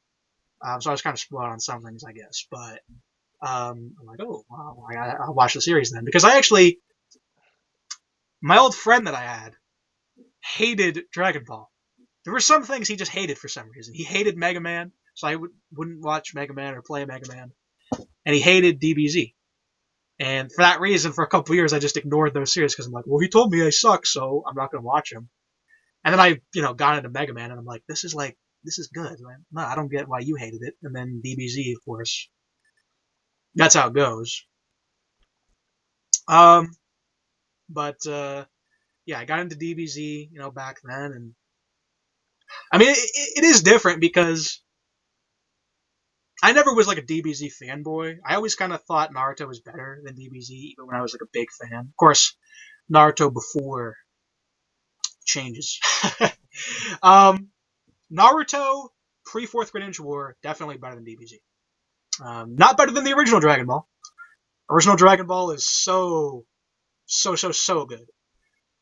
It's difficult where I could rank the original Dragon Ball, but it's up there, man. The original Dragon Ball is a treat. Ooh, where would I put that? Like it's like sub Hunter x Hunter level. Like it's in that ballpark. Like it's really good. Oh man, and Hunter x Hunter is just so good. Hunter x Hunter is like, I'm like, it's so good, and then I watch it again, and I'm like, oh, this is so good. I need to rewatch this like 8 more times. Hunter x Hunter is very good. I'm not as much of like I know a lot more about Dragon Ball and Naruto than I do Hunter x Hunter, but Hunter x Hunter is just so good. It's one of those things where I want to know as much about that series because it deserves it, Yeah, so no, but like that's what I've said is like it comes to me. The more you do like difficult things, you try to like push yourself, the more like themes of like DBZ will resonate with you because it's all about that pushing beyond your limits. I'm not even at my final form. use the pain of loss, all this stuff. Like, it seems like cheesy, it seems like edgy or whatever, but it's like legit. Like when you actually put yourself in like a really tough situation, you know. It's probably why you hear like all these like, I mean, you hear like rappers talk about like DBZ and whatnot. You hear like these like fitness people talk about it, how they're like inspired and whatnot. It applies to, you know, you push yourself, you know, into like your lowest point, and you know, you go beyond, and you go beyond. This is to go further beyond, and you know, you power up for 6 minutes, and you like destroy cities by powering up, and then It's awesome. and then you're beyond. You've reached the next point. You've reached the next point. So I've gone partly beyond. I'm still powering up until I, you know, go further beyond to the final point. You know. Oh my god, now I'm hearing Further Beyond so much. All I can think of now is just Vegeta Further Beyond. Yes, I'm saying further beyond just to like not emphasize it, but yeah, farther beyond, yeah. This is to go farther beyond. And this. I actually really loved it when his name was Vegeta Father Beyond, and he had like the epic Vegeta picture. I actually really liked it. I would love it if that was his main thing, if his name was Vegeta Father Beyond. Like, I would love if I could be like, hey, link in the description to Vegeta Father Beyond. The dude's epic, yeah. Sub to him. Sub to his Good content. Yeah, sub to our good friend Vegeta Father Beyond. Great content. I think it fits him. Honestly. Like, I think it actually fits him. Because he wants to be this, like, edgelord.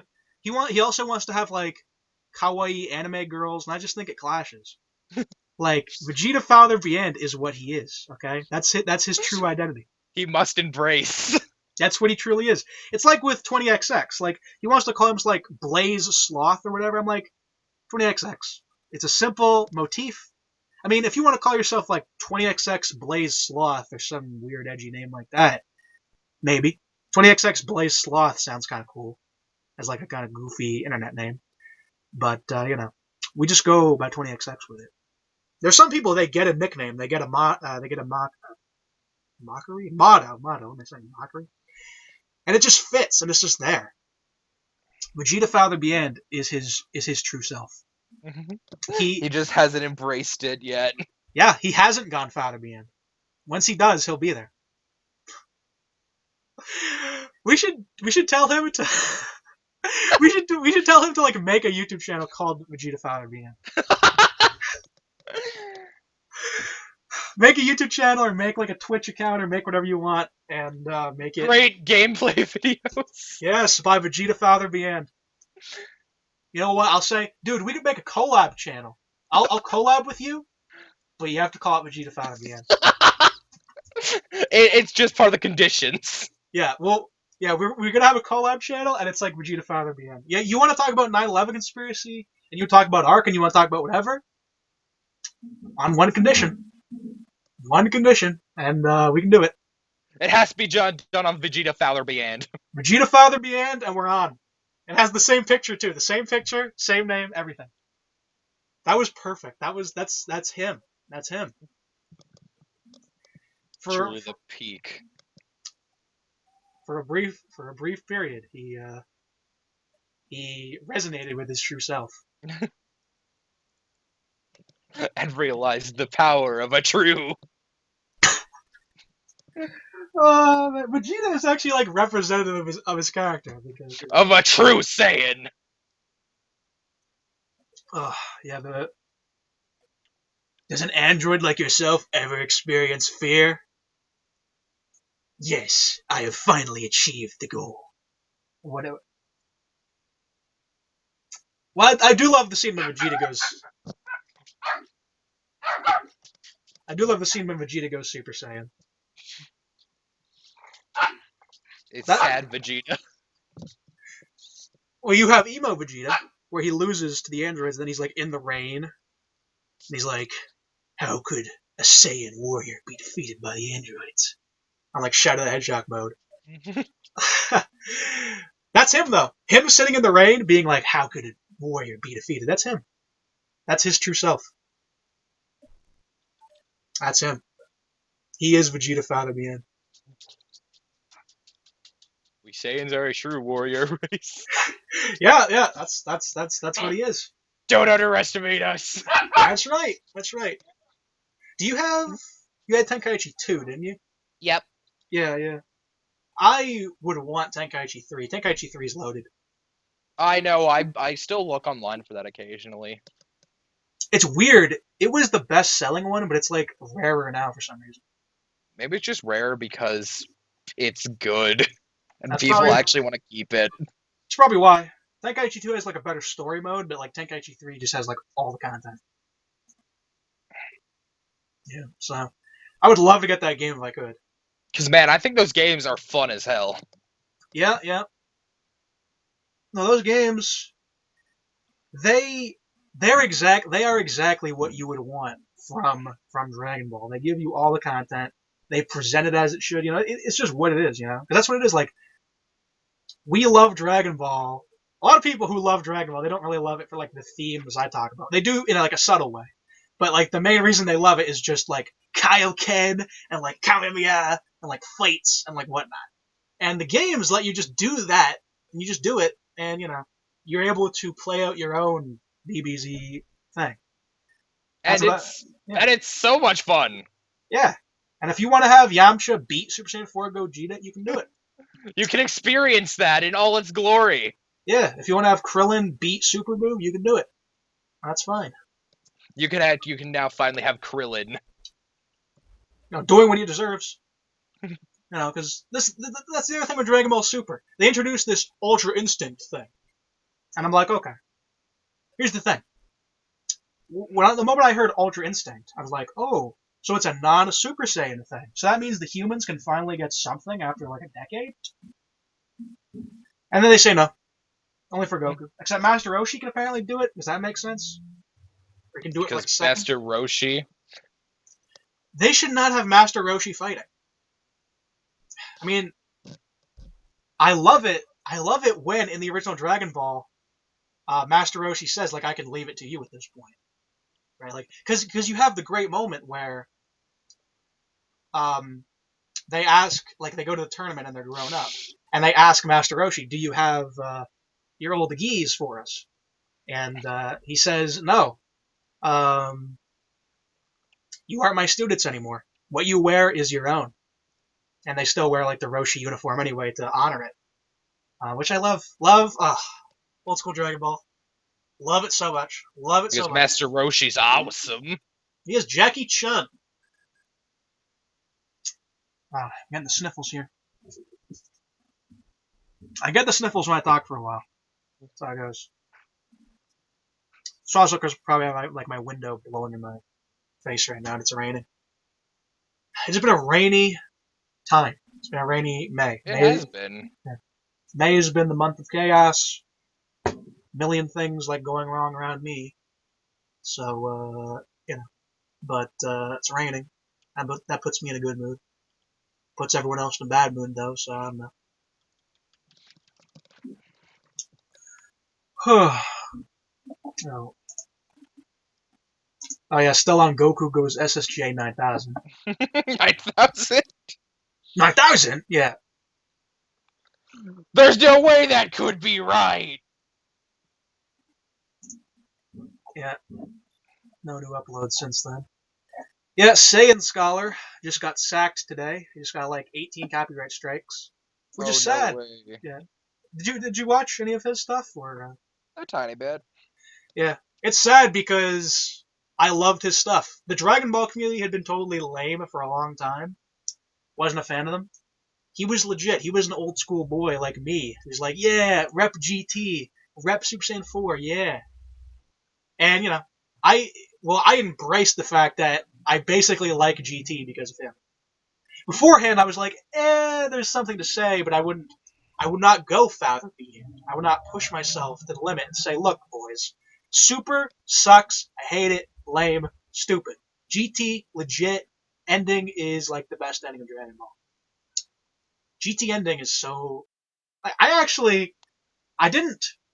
I almost cried when I was but a wee lad. I was so sad at the GT ending. 'Cause I was like 12 years old. I was like young, and I watched. I might have been 11. Whew. Oh man.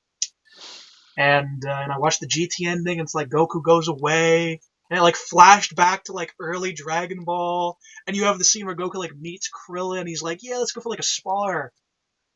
And I'm like, "Ugh, classic." You break respect. You break respect. That's what none of these boys, these super boys, they don't know respect. They can't generate any scene like that. You know? Like we talk Super Saiyan 3 Goku. Is any scene in Dragon Ball Super, even the high budget animation stuff, in any league compared to anything like that stuff? Not even comparable. Yeah, does Super doesn't even have that theme. That theme of like pushing yourself or whatever. Because Goku doesn't get his god powers because he pushes himself. He gets it because there's this secret little cheat code that they didn't tell you. If you get like 5 Saiyans together in like a group circle, group huddle, have them hold hands, then they can just turn someone into like a god tier. Pretty cool. I wish we knew that against Cell. That would have helped. It would have helped. Would have helped a lot because Cell was powerful. Yeah. Didn't need to go Super Saiyan 2 and have the epic scene. Android 16 dying. That's a better scene of the Japanese version. Have you seen the Japanese version of that scene? I have not. I'm looking it to you. You have to see that scene. Yeah, you have to see that scene. Okay. I'm looking it to you. That scene in the Japanese version is a masterpiece. So,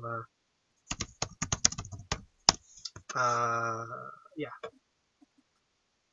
That scene is a thing of beauty in the Japanese version. It's better in the Japanese version than the dub, but Super Saiyan 3 Goku, way better in the dub. Okay. Japanese Android 16 is actually the same as Marth from Smash. Oh, really? Yes, it is. And believe it or not, Japanese Vegeta is Captain Falcon's voice.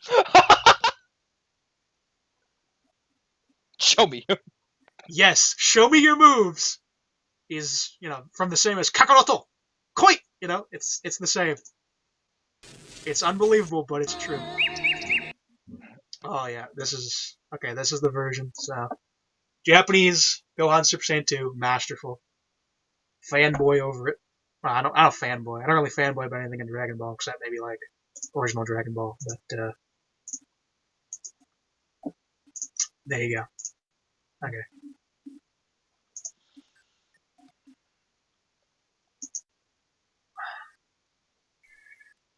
And that was closer to what the manga was, because they actually cut out the last part of his transformation in the dub. And That's kind of sad. Yes. They cut it out, and it's in Kai, but it's not in the original. Because Kai basically just adapts directly from the Japanese. The script is like as close to the Japanese. Any like editing is the same as the Japanese, unless they like censor stuff because it's on Nickelodeon. So that was the thing with Kai. Yeah.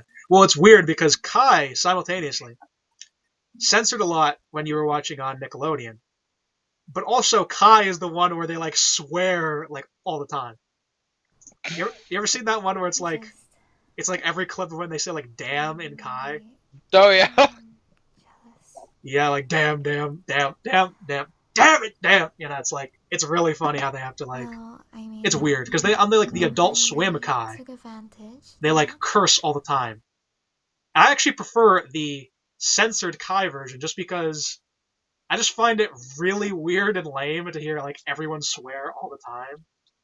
And it's not even like, it's like damn and hell or whatever. It's not like whatever.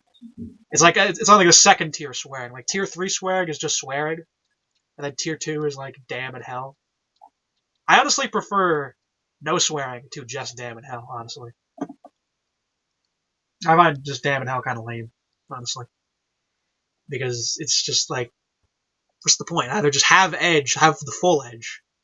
Go Linkin Park completely, or just be normal, whatever.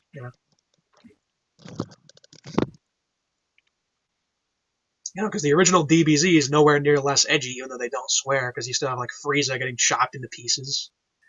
which And is pretty awesome. yeah, like, you know, the dude's like on the ground is like half his face is gone, and you know, you see like the blood pools on it and whatnot. Like, it's edgy stuff. It's cool. Like edgy in a good way, not edgy in like whatever. You know, it's like legit. It's legit. It's raw. Whatever. Rah, brah. Whatever. Now you just sound like the ghost from what I'm the? Who is there? I'm just not good at being like whatever, using like city slang. Yeah, What? brah, where we? Yeah, we're hip and whatnot in the pad, mate. Whatever. Whatever. I can try and talk like I guess I can try and talk like black people can be like, yeah, bro, where we going down in the hood, whatever, whatever. I mean, white people try and talk like that now, and it's more cringe than my attempt. Because, you know, at least I know I can't do it, but they think they can do it.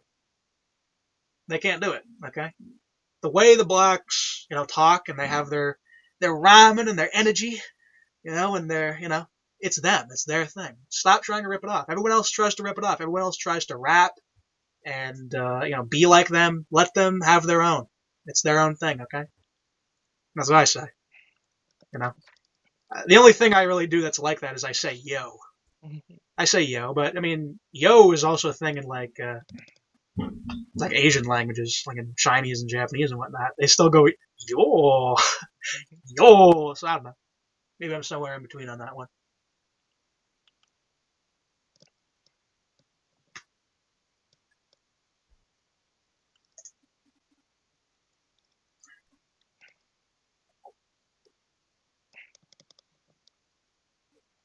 Yeah, Japanese DBZ is kind of it's interesting because it's just kind of different, you know. Like it's Oh not, yeah. yeah, like you know, you can watch like Japanese Bleach and like Japan and English Bleach, and it's like pretty common between it.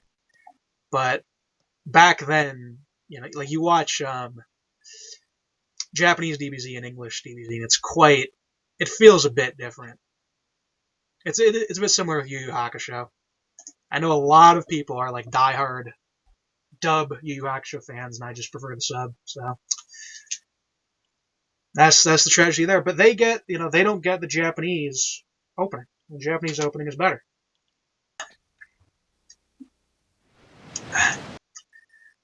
I do love Yu Yu Hakusho.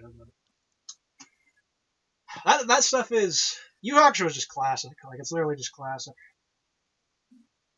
That's what I feel like I get from it. But you know, I'm just different from the dub boys. The dub boys, they just have a very different take on that.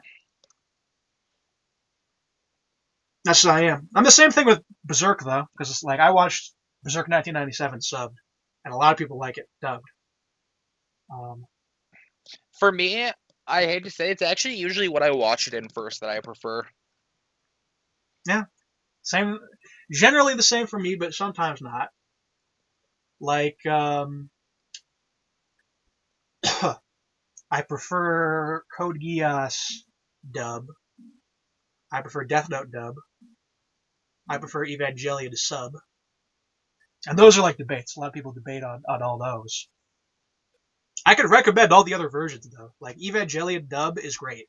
I prefer the sub, but dub is really good, especially on subs. Like Asuka could be really good at the dub. Like the scene where she's like, whatever. I hate Misato. I hate Rei. I hate Shinji. Why does this have to happen to me? Very good. Very good vocal pitch there. Very good. Although, of course, you know, I'm like an Asuka defender. I'm not like an Asuka waifu person. Some people are. But I'm like an Asuka defender because people say Asuka is like a lame character. Disagree! I think Asuka might actually be the best characterized character of that series. And that'll, you know, that's whatever. But you have these Raytards. The Raytardism is strong. And I think these boys need to just, you know, cool it. Asuka is a better characterized character than Rei. I'll stand firm on that. But Evangelion fandom is kind of weird. because Evangelion fandom is not like united. Except for the Waifu Wars guys, they're all united on their camp. But They're all united. yeah, but like regular fans of Evangelion, it's not like a common thing. Because people like Evangelion for a lot of different reasons. Some people like it for the mechs, some people like it for the waifus, some people like it for the themes, some people like it because the stakes, whatnot. Because there are people who hate the original anime ending, but they love the Evangelion movie ending. And there's some people who are the opposite, you know. That's interesting. Especially considering now they're like rebooting Evangelion and trolling the fans by changing character situations. I initially hated it. I was like, look, this scene where you have like Asuka like cooking for Shinji is just, that's out of character, dude. You know, no. But then I realized they're doing it to troll me. because Evangelion had a message of breaking the cycle. And it was saying, do not deny reality. Like, this is literally like the last episode of Evangelion. They say this to your face a lot. They say, do not deny reality. You know? Accept reality, live in reality, and people will love you, and, you know, whatnot. That's the message. The funny thing is, I think basically what the author got the impression of is, he said, I told people to accept reality, and to go into this world. And then they just consumed more and more and more and more of my anime and my manga. They just kept going out of reality because of my content. Mm-hmm. So if you're going to do that, then I'll just bring the series back, but troll you. And I'll just... which is what he did.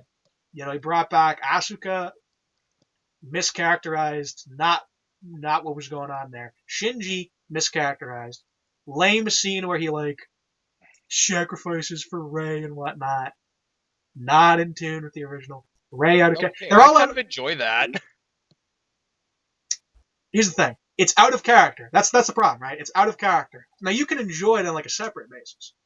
The point is, it's different to bug people like me who have, like, looked at the original and, like, analyzed it like that.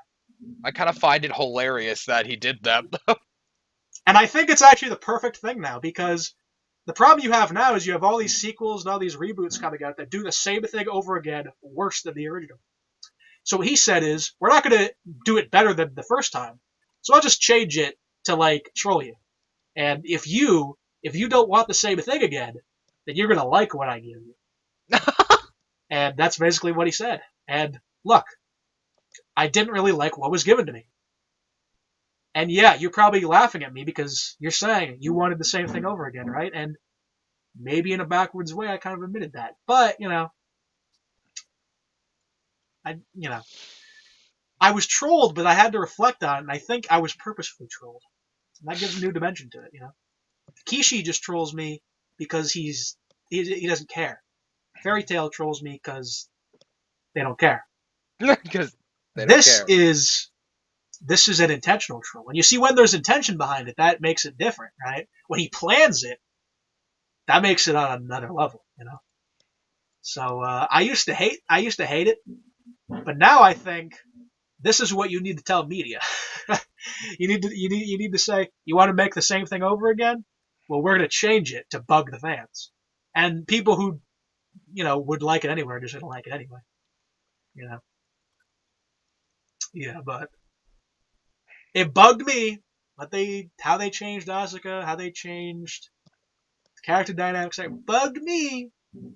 I was, you know. But that was the point. That was the point. I didn't think it was the point originally. I thought it was because he didn't know what he was doing. And I was like, ugh, are we in this situation again? You know? But no, eventually, he actually brought it up before where he said, like, the whole theme of Evangelion is, like, breaking past reality. And then I'm like, wait a second. No one broke past reality because they just kept consuming Evangelion over and over again. So now you're just saying, why won't you just learn my theme? And I'm just like, this is actually high IQ. This is actually what you should do. This is what you should do to a fan base who doesn't get the point. This is actually pretty intelligent. This is what you should have done to the prequel haters. Sadly, you had to do the opposite, which is just make the sequels. And the sequels, the only good thing about the sequels of Star Wars is that they're so bad that they're making people actually enjoy the prequels. That's the only good thing about them. Because you can't, you don't have any of the prequel memes. You don't have any of the quotes. Can you quote anything from the sequels? I can't. I can Nope. quote I could quote probably half the script of all the prequels on my own, even though I'm not even like a diehard. I could probably quote so many lines from that. I can't quote a single sequel one. I don't remember. Okay, I'm trying to even think of one. There's that stupid scene where he's like, "No, the Jedi Temple, the artifacts." I hate how he phrases that line. Stupid. Don't remember it. Lame. Don't like those movies. Don't like those movies. And those movies, yeah, no. The Chinamen didn't like it either. They didn't like the whole Vietnamese woman getting with the black guy. They weren't a fan. I mean, I didn't like it because it made no sense, but, it was also ham-fisted, lame, poopy. That's the problem, is it's not made to tell a story. The prequels are made to tell a story. They were made to tell the story of how Anakin became Darth Vader.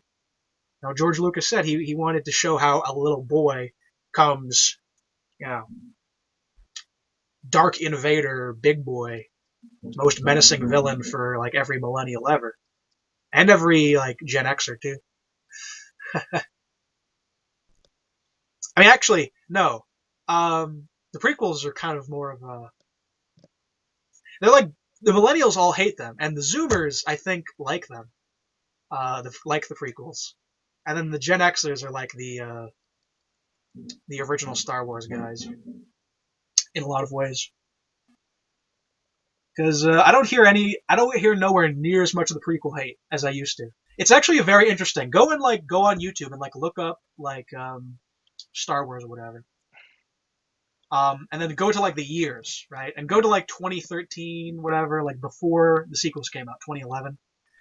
The prequel hate back then was so much stronger, so much more prominent. It was back then the only video that defended the prequels was Nostalgia Critic's top 11 good prequel moments, where even in that he still says these are very bad movies, but there's still some good things you can glean, which is really funny.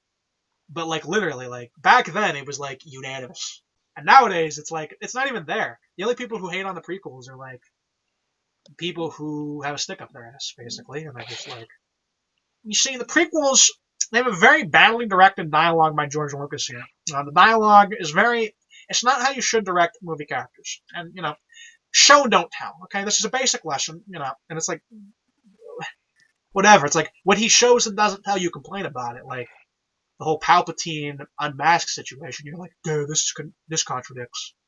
Do it. Enough said. But, Do it.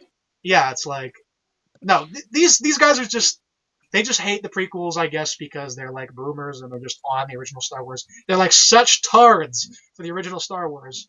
The fact that the prequels are different to them automatically means they're crap. I mean, yeah, AVGN did a pretty good job. He's what he talked about with Revenge of the Sith. So that was good. Revenge of the Sith is actually it's actually really good.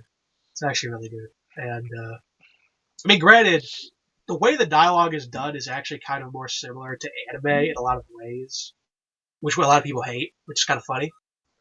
Because anime tends to be much more, they explain things, and they tend to use not as much of the traditional movie cinema type of stuff. And granted, I don't mind those conventions, but I'm just not as much of a movie guy in general. I have not seen that much movies. My favorite movies is probably Forrest Gump and Gran Torino. Those are my favorite movies. Those are my favorite movies. I like Forrest Gump. Mine would be The Mummy, not the one starring Tom Cruise. Yeah.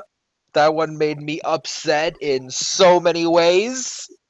That was bad reboot-ism manifest. Oh, that one hurt me so bad. Have you seen the trailer of it that has sound effects cut out because it was really cheap? Yeah. Yeah. It's like you take my favorite movie and you just Uh-huh. just fucked it. Yep. Yep. When Reese was coming back, he was going to come through here. We were thinking of doing like a commentary on The Dark Knight. So, The Dark Knight Rises. yeah, just The Dark Knight. So, I was thinking probably just we would do that. I mean, I didn't think you would like be dying to be in that or anything. No, I mean, I do love Batman, but I just love to make Batman jokes. Yeah. Maybe Batman the Animated Series. Maybe we can. Oh, no, I'd be in for that one. Okay, good. I never knew your take on it. I never heard, but I don't think we ever talked about it. Okay. Now, Batman the Animated Series, yes. Okay. I'm so in on that one. Okay. We got it. All right. I'll call you up for that. That is so good though. Like it's actually so good. It's tough to not tough to watch, but you watch it and you're really impressed by that. That's what is Batman the Animated Series and like Avatar. That stuff holds up like super strong. I know, it's pretty impressive. Uh-huh. No, that stuff's heavy. I love that. That is Batman. I remember actually my favorite Batman thing ever. My favorite scene in Batman is from the animated series. And it's like a 40-second clip. It's in that one episode where like Bruce Wayne gets like amnesia and he's like in that like prison. I don't know if you've seen that. Yep. And yeah. And when he remembers when he remembers his past, it's like a 40-second clip. But it's like it hits home the most of like any Batman clip ever because it's like Bruce Wayne and he's like in Gotham City. And then you have like these people coming up to him that like have no money. So he gives them money, right? He gives as much people as he can, and then it's like this crowd of people, and then he like cries because he can't help everyone, and then he like falls down, and then he like smacks into some kind of like scarecrow image, and then it eventually like flashes to like an image of the Joker, and then he remembers himself as like Batman, and it's so well done. It's like it's like a 40-second clip, but it hits home so hard just for like what Batman is about and whatnot. I love that so much. Yeah, you can talk. I really do like Batman, actually. The anime series, I think, is phenomenal. Yeah, like I'm not a superhero guy. My main superhero thing that I like is like Batman and Spider-Man. That's like main things I like. Batman, definitely my favorite superhero. Just because Batman always has a like moral conundrum to him, which is the whole no kill rule, which is the interesting part about Batman, which I love. Like Batman, he's not. Batman is there's two elements about Batman that I love. Number one is the whole he doesn't kill people aspect. Which I love because they explore that so much in like a lot of different ways. There's Death in the Family. There is an animated version of that, which is pretty good, which is the one where Jason Todd as Robin dies. The Joker kills him. And eventually, like, Batman is asked, like, why didn't you kill Joker if you killed Robin? And Batman says, there isn't a single day that goes by where I wouldn't think about passing the same judgment onto him that he's given to others. But if I go down that road, if I go down into that place, I know I'll never come back. And that's what it's about. They've explored that in like a variety of ways. But that's just, it's very interesting. There's that, and then there's the whole, there's the fact that Batman is a regular person is the other thing I like. Have you ever seen the video, everything like Bruce Wayne did to become Batman, where it like gives you like a summation of all his training and whatnot? The funny thing is, it's technically possible. Technically, which is the insane part.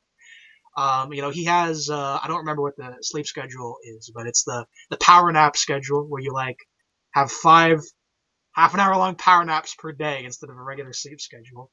He has like this insane workout schedule, this insane study schedule. Like all this that he does, it's technically possible if you're like insane. But that's the difference. Like is you can relate to Batman so much more because he's a real person. You know, Batman is not some like godly alien character. He's actually the Batman. He's actually a man. I know, and I've always loved that. Yeah, you know, it makes Batman actually feel a lot more gritty, a lot more real, just because of that. You know, and Dark Knight actually does do a very good job like that. Like the time you knew that they knew what was going up was when you have the old Joker scene where he's like, "Come on, hit me." You know, like that's what it's about. He wants to have Batman break his only rule. That's what it's about. You know, there was even a comic. I don't think this was animated, but there was a comic where, Joker was like in Arkham Asylum, and like Batman came up to him, and he basically figured out that Bruce Wayne was Batman, and he came up to him as Batman. And, you know, Batman tells him, "Do you know who Batman is?" And Joker's like, "Of course I do." And then he, like, takes off his mask and, like, shows him as Bruce Wayne. He says, "Am I Batman?" And Joker says, "Yes." And then he says, "Am I Bruce Wayne?" And Joker says, "I don't know." He doesn't care. You know, it's irrelevant. All he cares about is Batman and, wreaking his chaos and, you know, and the only person that really interests him is Batman. Because, you know, and I just love that. I love that how it basically says if Joker knew who Batman was, he wouldn't even care. Joker doesn't even want to know, you know? It doesn't matter. Doesn't care. Yeah, like that's not what it's about. It's not about that, you know? I love that. So, yeah, so I didn't know you were into the animated series, but yeah. I am definitely into it. I think it's pretty great. A thing I was thinking of actually using. Me and Reese talked about this like years ago. We were like 13, like really young. There's a clip in the animated series. It's really funny. Batman is on like a giant penny, and he's like shot from like a slingshot thing. And there's like this clip where there's like Batman and a giant penny like flying against the screen. I was thinking maybe when I cut things in the video, maybe I would cut and just with that clip, like Batman flying on a giant penny. It's kind of like the like Transformers, you know, but it's like just Batman flying on a giant penny. I was thinking I would maybe do that, but maybe we'd get copyrighted. We would hope not. I mean, it's like a 5-second clip. You would hope YouTube isn't that evil at this point. By the rules, they shouldn't be, but they can be that evil. They 100% can be. Yeah. Nah. YouTube, disappointing. But that's how it goes. That's how it goes at this point. You get on Monopoly mode, and then there's just no limit to how much you can abuse. So that's what they do. So, you know, ironic that the channel is actually succeeding more on like BitChute because, well, you know, I mean, I could upload on other things, but I don't really like the other things. Like Vimeo, I think is kind of lame. I don't really like that. BitChute works. BitChute works for me. Processing speed is kind of lame on BitChute, but actually just watching it, you can watch things like a regular YouTube video there. Yeah. I don't know. So, I prefer that the most out of all the alternatives. Alright, which fair enough. Yeah. Well, you should get an alternative anyway if you're going to make a YouTube channel because you never know when you'll just be sacked at this point. Yeah, and I already have my alternative set up. Yeah. Yeah, live streaming isn't the same as recording, but yeah. I mean, you know, people. Well, there are people who just live stream and then they just clip their live streams, you know, or they just get someone else to clip their live streams. A fan does it eventually. If you do, simple. If you do live streams, probably inevitably you're gonna have someone clip you eventually if you get popular. Someone will just clip you. They'll just do it for you. So. Yeah, I mean, I'm just not as much of a live stream guy. Even though I could do it. Like I could do live stream and I would be able to talk for as long enough time. Because there are people who just can't like talk. Like you see it with all these videos where they'll upload a video and like every 10 seconds they're like cutting out a bit because they like mumble or whatever. I can do like long videos and whatnot, you know. Like I remember I did the Vegeta character analysis, which is like a 2-hour long video. I just went over like everything about Vegeta. That was fun. I'm gonna do more of those, but yeah. That will come eventually. But yeah, so I can do just long streams of just talking. A lot of people, there's some people who can't do that, you know. But something about streaming, I don't know, it's not as much. I don't know. It would be a thing where I would need to like have some kind of rule for myself with it. Like I would say, okay, we're doing a stream and we're gonna cover like this today or something. Which is fair. Yeah, I just prefer to make it like more specific. Because I could make content where I literally just rant about anything random, and I'd be able to do it. But I kind of just don't really like it as much.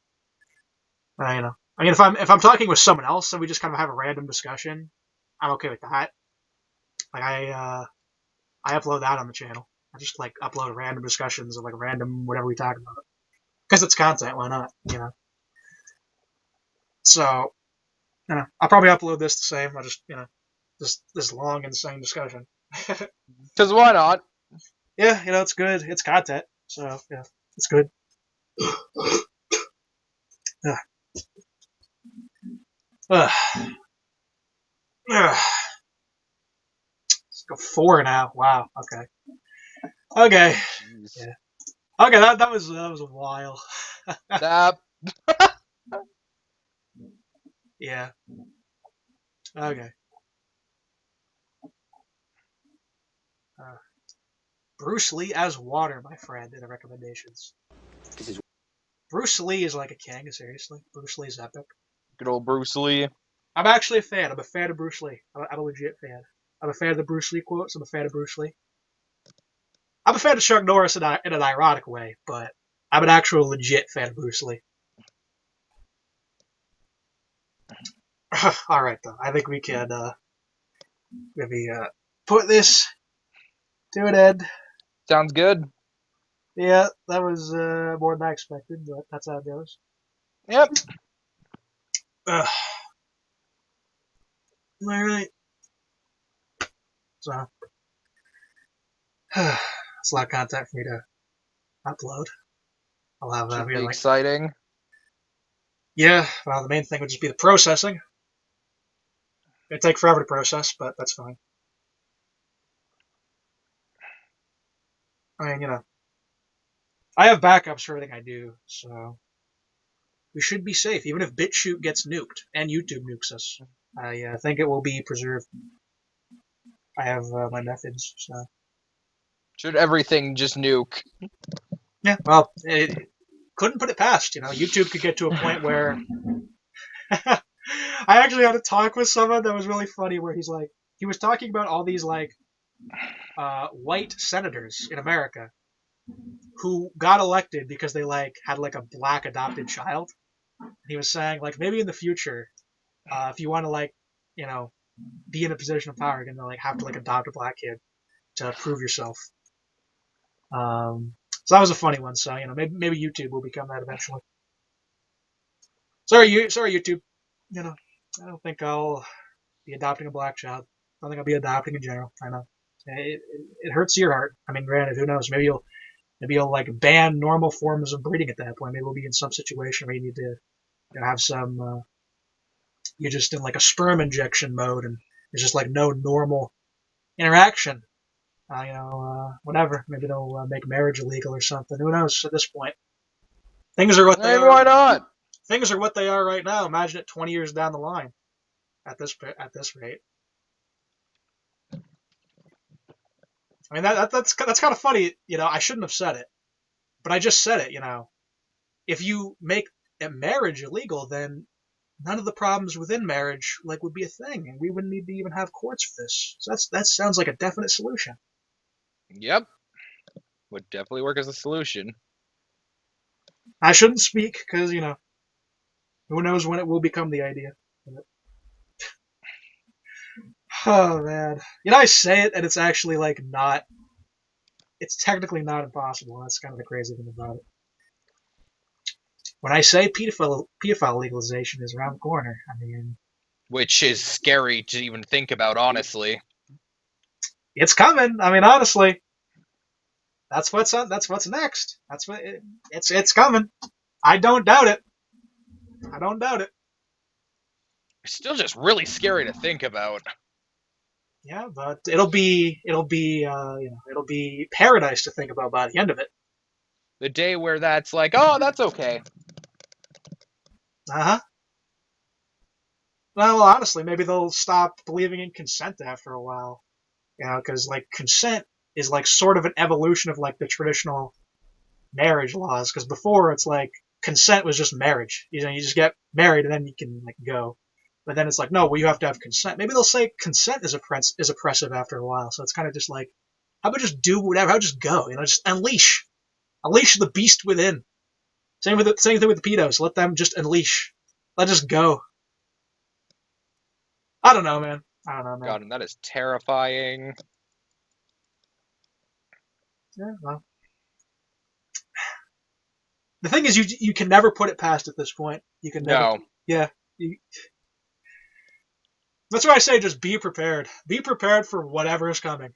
I don't know what's coming around the corner. Just oh man. Anyway. Ugh. All right. Well, good talking with Yep. you. Same here. That's how it goes when we just talk. We just like rant forever. So yeah, Yep. Pretty much. yeah, that's how it goes. So ugh. All right. So that was All right. good. Yeah. Yep. See ya. Yep. All right.